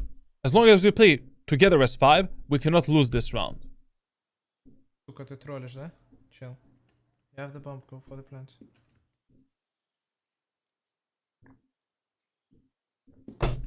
Бля. Not blen, not bliet, not like, you know. You are the problem here. Look at your crosshair, man. What is this crosshair placement, brother? Like, and also, which angle you're holding right now? Like, how can you hold this angle? You're holding way too close to this wall. Like, so, if I'm standing here, I cannot hold this position statically. I need to hold it by jiggling in and out. Why? Because if an enemy is peeking me like this, he has a huge angle perception advantage over you. He's gonna see you much faster than you see him. And then you're fucked. Whenever you are in an angle perception disadvantage, you need to move. You need to hold that angle in some specific ways to counter that angle perception disadvantage. You either need to jiggle peek it consistently using the silent step mechanic. You need to jump spot that angle and then fight enemies there. You need to hold it very tight. Like, there's so many solutions. Here, if I wanted to play like this and hold this push, I need to do it like this. Moving in and out, and countering the enemy's peekers and angle perception advantage. And crosshair placement is like, I mean, for That's for some midgets, like I don't know, bro. Midget planet. Okay, this is a good solution, you know. This map is made out of paper. Like, when you notice that enemies are way too repetitive. You know, they love to push you here. They love to play that angle. You can spam this wall and kill the enemies there. Very good spam. Like, if you notice that enemy jet is always playing there with an operator. Smarping in that corner, take a kill. Easiest kill. If enemies are pushing, aim in always. Smarping close to the barrier, there, and just spam this. Easy kills. Then, you can spam this corner to kill the enemies that are pushing, that are playing the tree. Because this spams this position, and you might get a kill. You can spam the enemies in the tree and kill them. When you're pushing onto the A site, you can spam this and kill the enemies that are there. This is fully spammable. You can kill the enemies that are playing in the A-link. You can spam the whole tower position. If enemy killjoy has the ultimate, and she places the ultimate here, you can destroy that ultimate with a high penetration weapon and kill it there. Then, like, enemies like to play operator in C long, holding this angle. No problemo. No problemo, hombre. You align this angle with that corner, like this. Go all the way from the wall, you know. Hug the wall. Aim here. Bop, bop, bop. That enemy is fucking dead. Just when you're spamming the aiming area of the map, don't hug this wall. Why? Because if I maybe have a high pen weapon on defense, I'm gonna demolish you. I mean, it's much easier for me to find your body and to kill you. Because I only, like, if you're standing like this and doing this, like, all I need to do, you're maybe dead. Or if I have a guardian, it's very easy for me to find your head and to find your body if you're that close to the wall. But if you're further away from the wall, like basically here, it's much harder for me to find exactly how you're standing and to spam you back. But I think that in this round, purchasing an Odin and spamming the enemies back was just such a bad idea. And such a poor game decision. Why? Because enemies never pushed aim-in area of the map. We don't even really know what enemies are doing in aim-in. This was such a blind pick and I don't know. Not a really good game decision. Like, you want to do this, what he's doing right now, only when you have some kind of information what enemies are doing in the aim-in area of the map. Are they fighting for it? Which angles they're using and stuff like that. And God forbid, try to play a bit more aggressively with your teammates on the attacker side. Like, what the fuck is this, bro? Like, you spent 100 bullets on this wall. 100 Odin bullets. I don't remember last time when I did that. You're spamming this wall, okay. Who are you spamming right now? Your teammates cleared that angle. There's no one there. He's fighting his demons, man. His demons are like... It's done. It's over. Now, you peek out into the aim-in and fight with your teammates. Chat is moving towards the tree. Get ready to spam the tree. Get ready to fight this enemy with your jet. You're wasting a lot of time. You're not following your most aggressive teammates at all. Flank. I really don't care that you died here. It doesn't matter. You should have fought around the tree and around the rubble when your teammates were fighting around the tree and around the rubble. Anyways, you're playing a duelist. It's so easy for you to fight with your most aggressive teammates. Anyways, you should be one of your most aggressive teammates, you know, to be honest.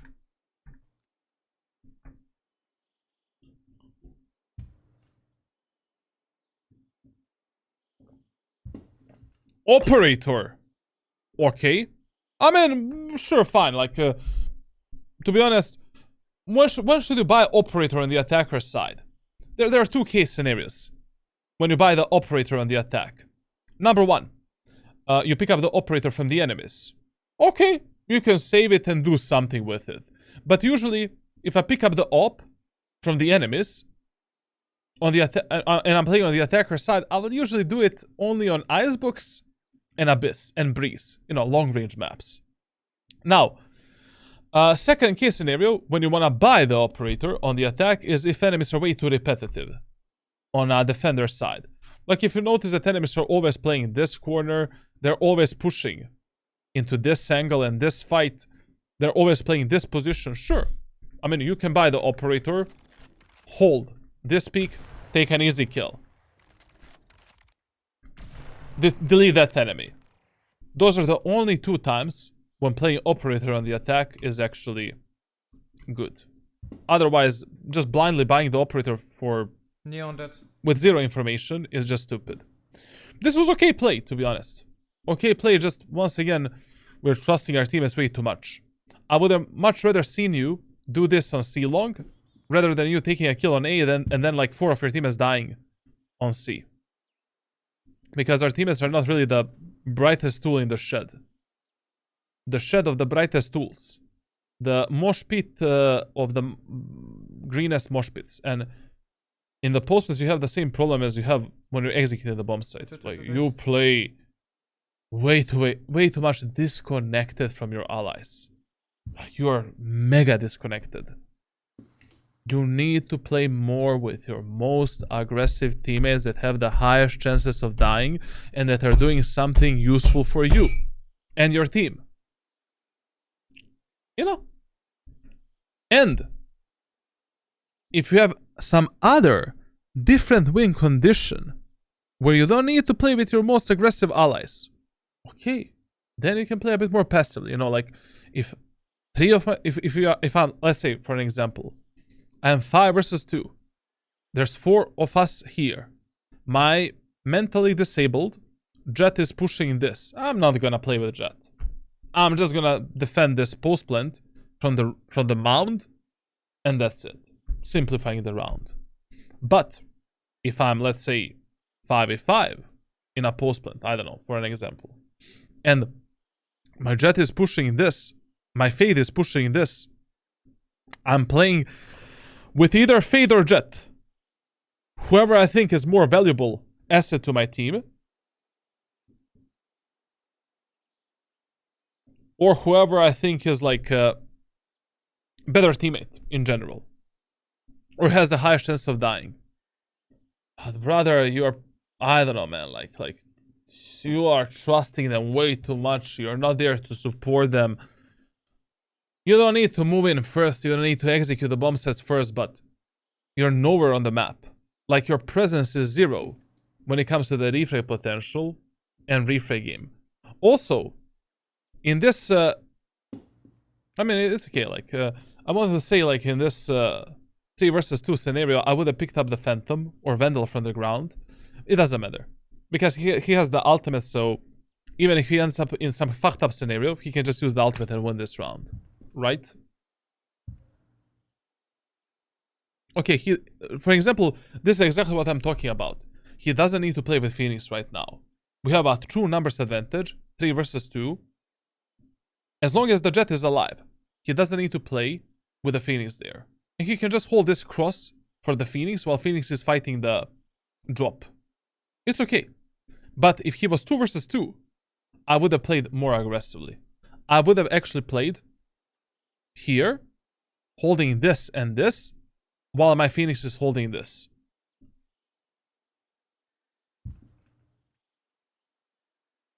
I mean, you cannot pick this out if Phoenix doesn't see the drop from the tower. And now things are gonna be interesting. To be honest, right now, I would use the ultimate. Fuck it, man. Like, I'm 2 versus 2, I have the operator. If I miss one shot, this round is over. And that is the ultimate. Ultimate stun. Ultimate stun. Ultimate stun. Ultimate stun slide. Win the round on... We're not risking the round because of one shot. What the fuck is going on? Jesus Christ. You know this shit. You just smoke, rush A lane. And the VOD ends there. Hello? Well, I guess we're not gonna see the end of this match.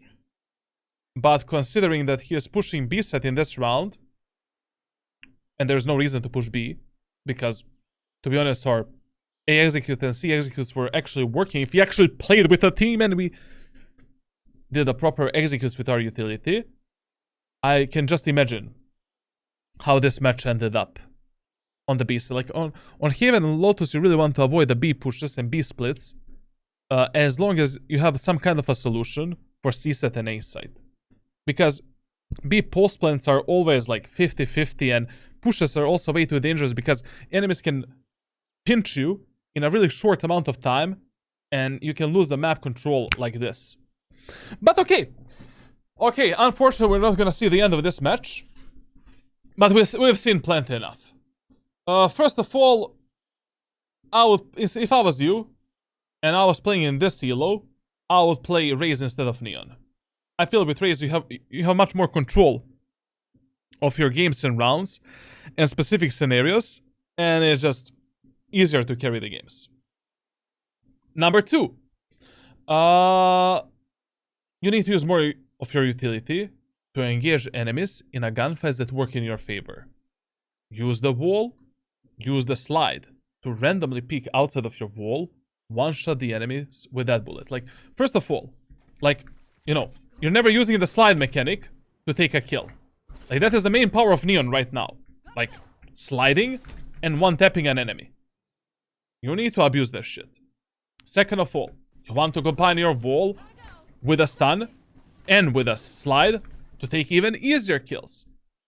If an enemy is close to you, you know exactly the enemy's position, or you need to clear some angle. Use the stun. Enemy is there, stun him, take a kill. You're underutilizing Neon's utility a lot. You're not using anything. You need to... Ultimate! He used ultimate once this match. Maybe one round. Maybe one round he used the ultimate. But that is criminal. Your ultimate is an economy saver tool and a clutch tool. When is the perfect moment of time to use the ultimate? Whenever you don't have money to buy Vandal or Phantom or better weapons, whenever you need to drop the weapons to your teammates, whenever you need to clutch the round and win it and close it out. That's the perfect moment of time. Period. Now, another problem. Economy management can be a bit better. Crosshair placement all over the place. Team play, 0 points. Map awareness, game awareness, 3 out of 10 maximum. Map knowledge, on attacker side, you showcase something. It was actually not that bad. On defender side, God help us. Reading the enemies. On attacker side, you woke up. On defense, you were sleeping a lot.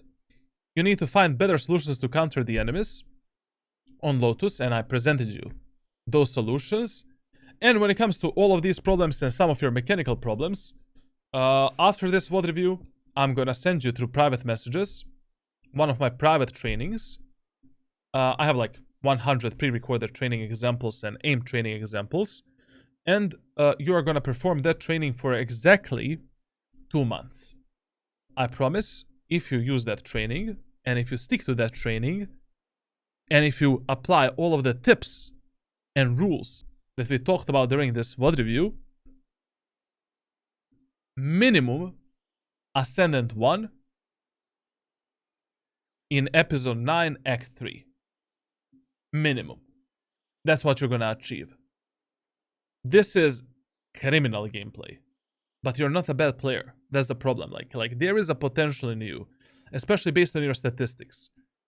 When it comes to Neon, I don't know, man. Like,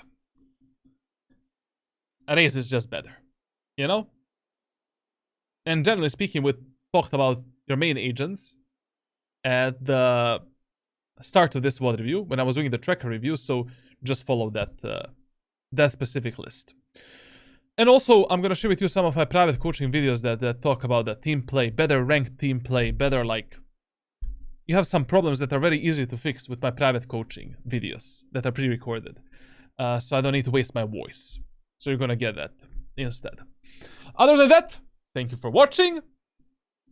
Leave a like, subscribe, hit that bell icon, you know, all of that good stuff. Join my daily Twitch streams. I stream every business day on twitch.tv/charlatan. Join my Discord server for coaching, giveaways, community events. Plenty of stuff happening there. NSFW stuff. Like, the only thing I'm not sharing on Discord is like OnlyFans. But soon I'm gonna do that probably. I have a second YouTube channel for, you know, the free VOD reviews and all of this stuff. That's kind of it. That's kind of it. Thank you for watching, and I will see you in the next video.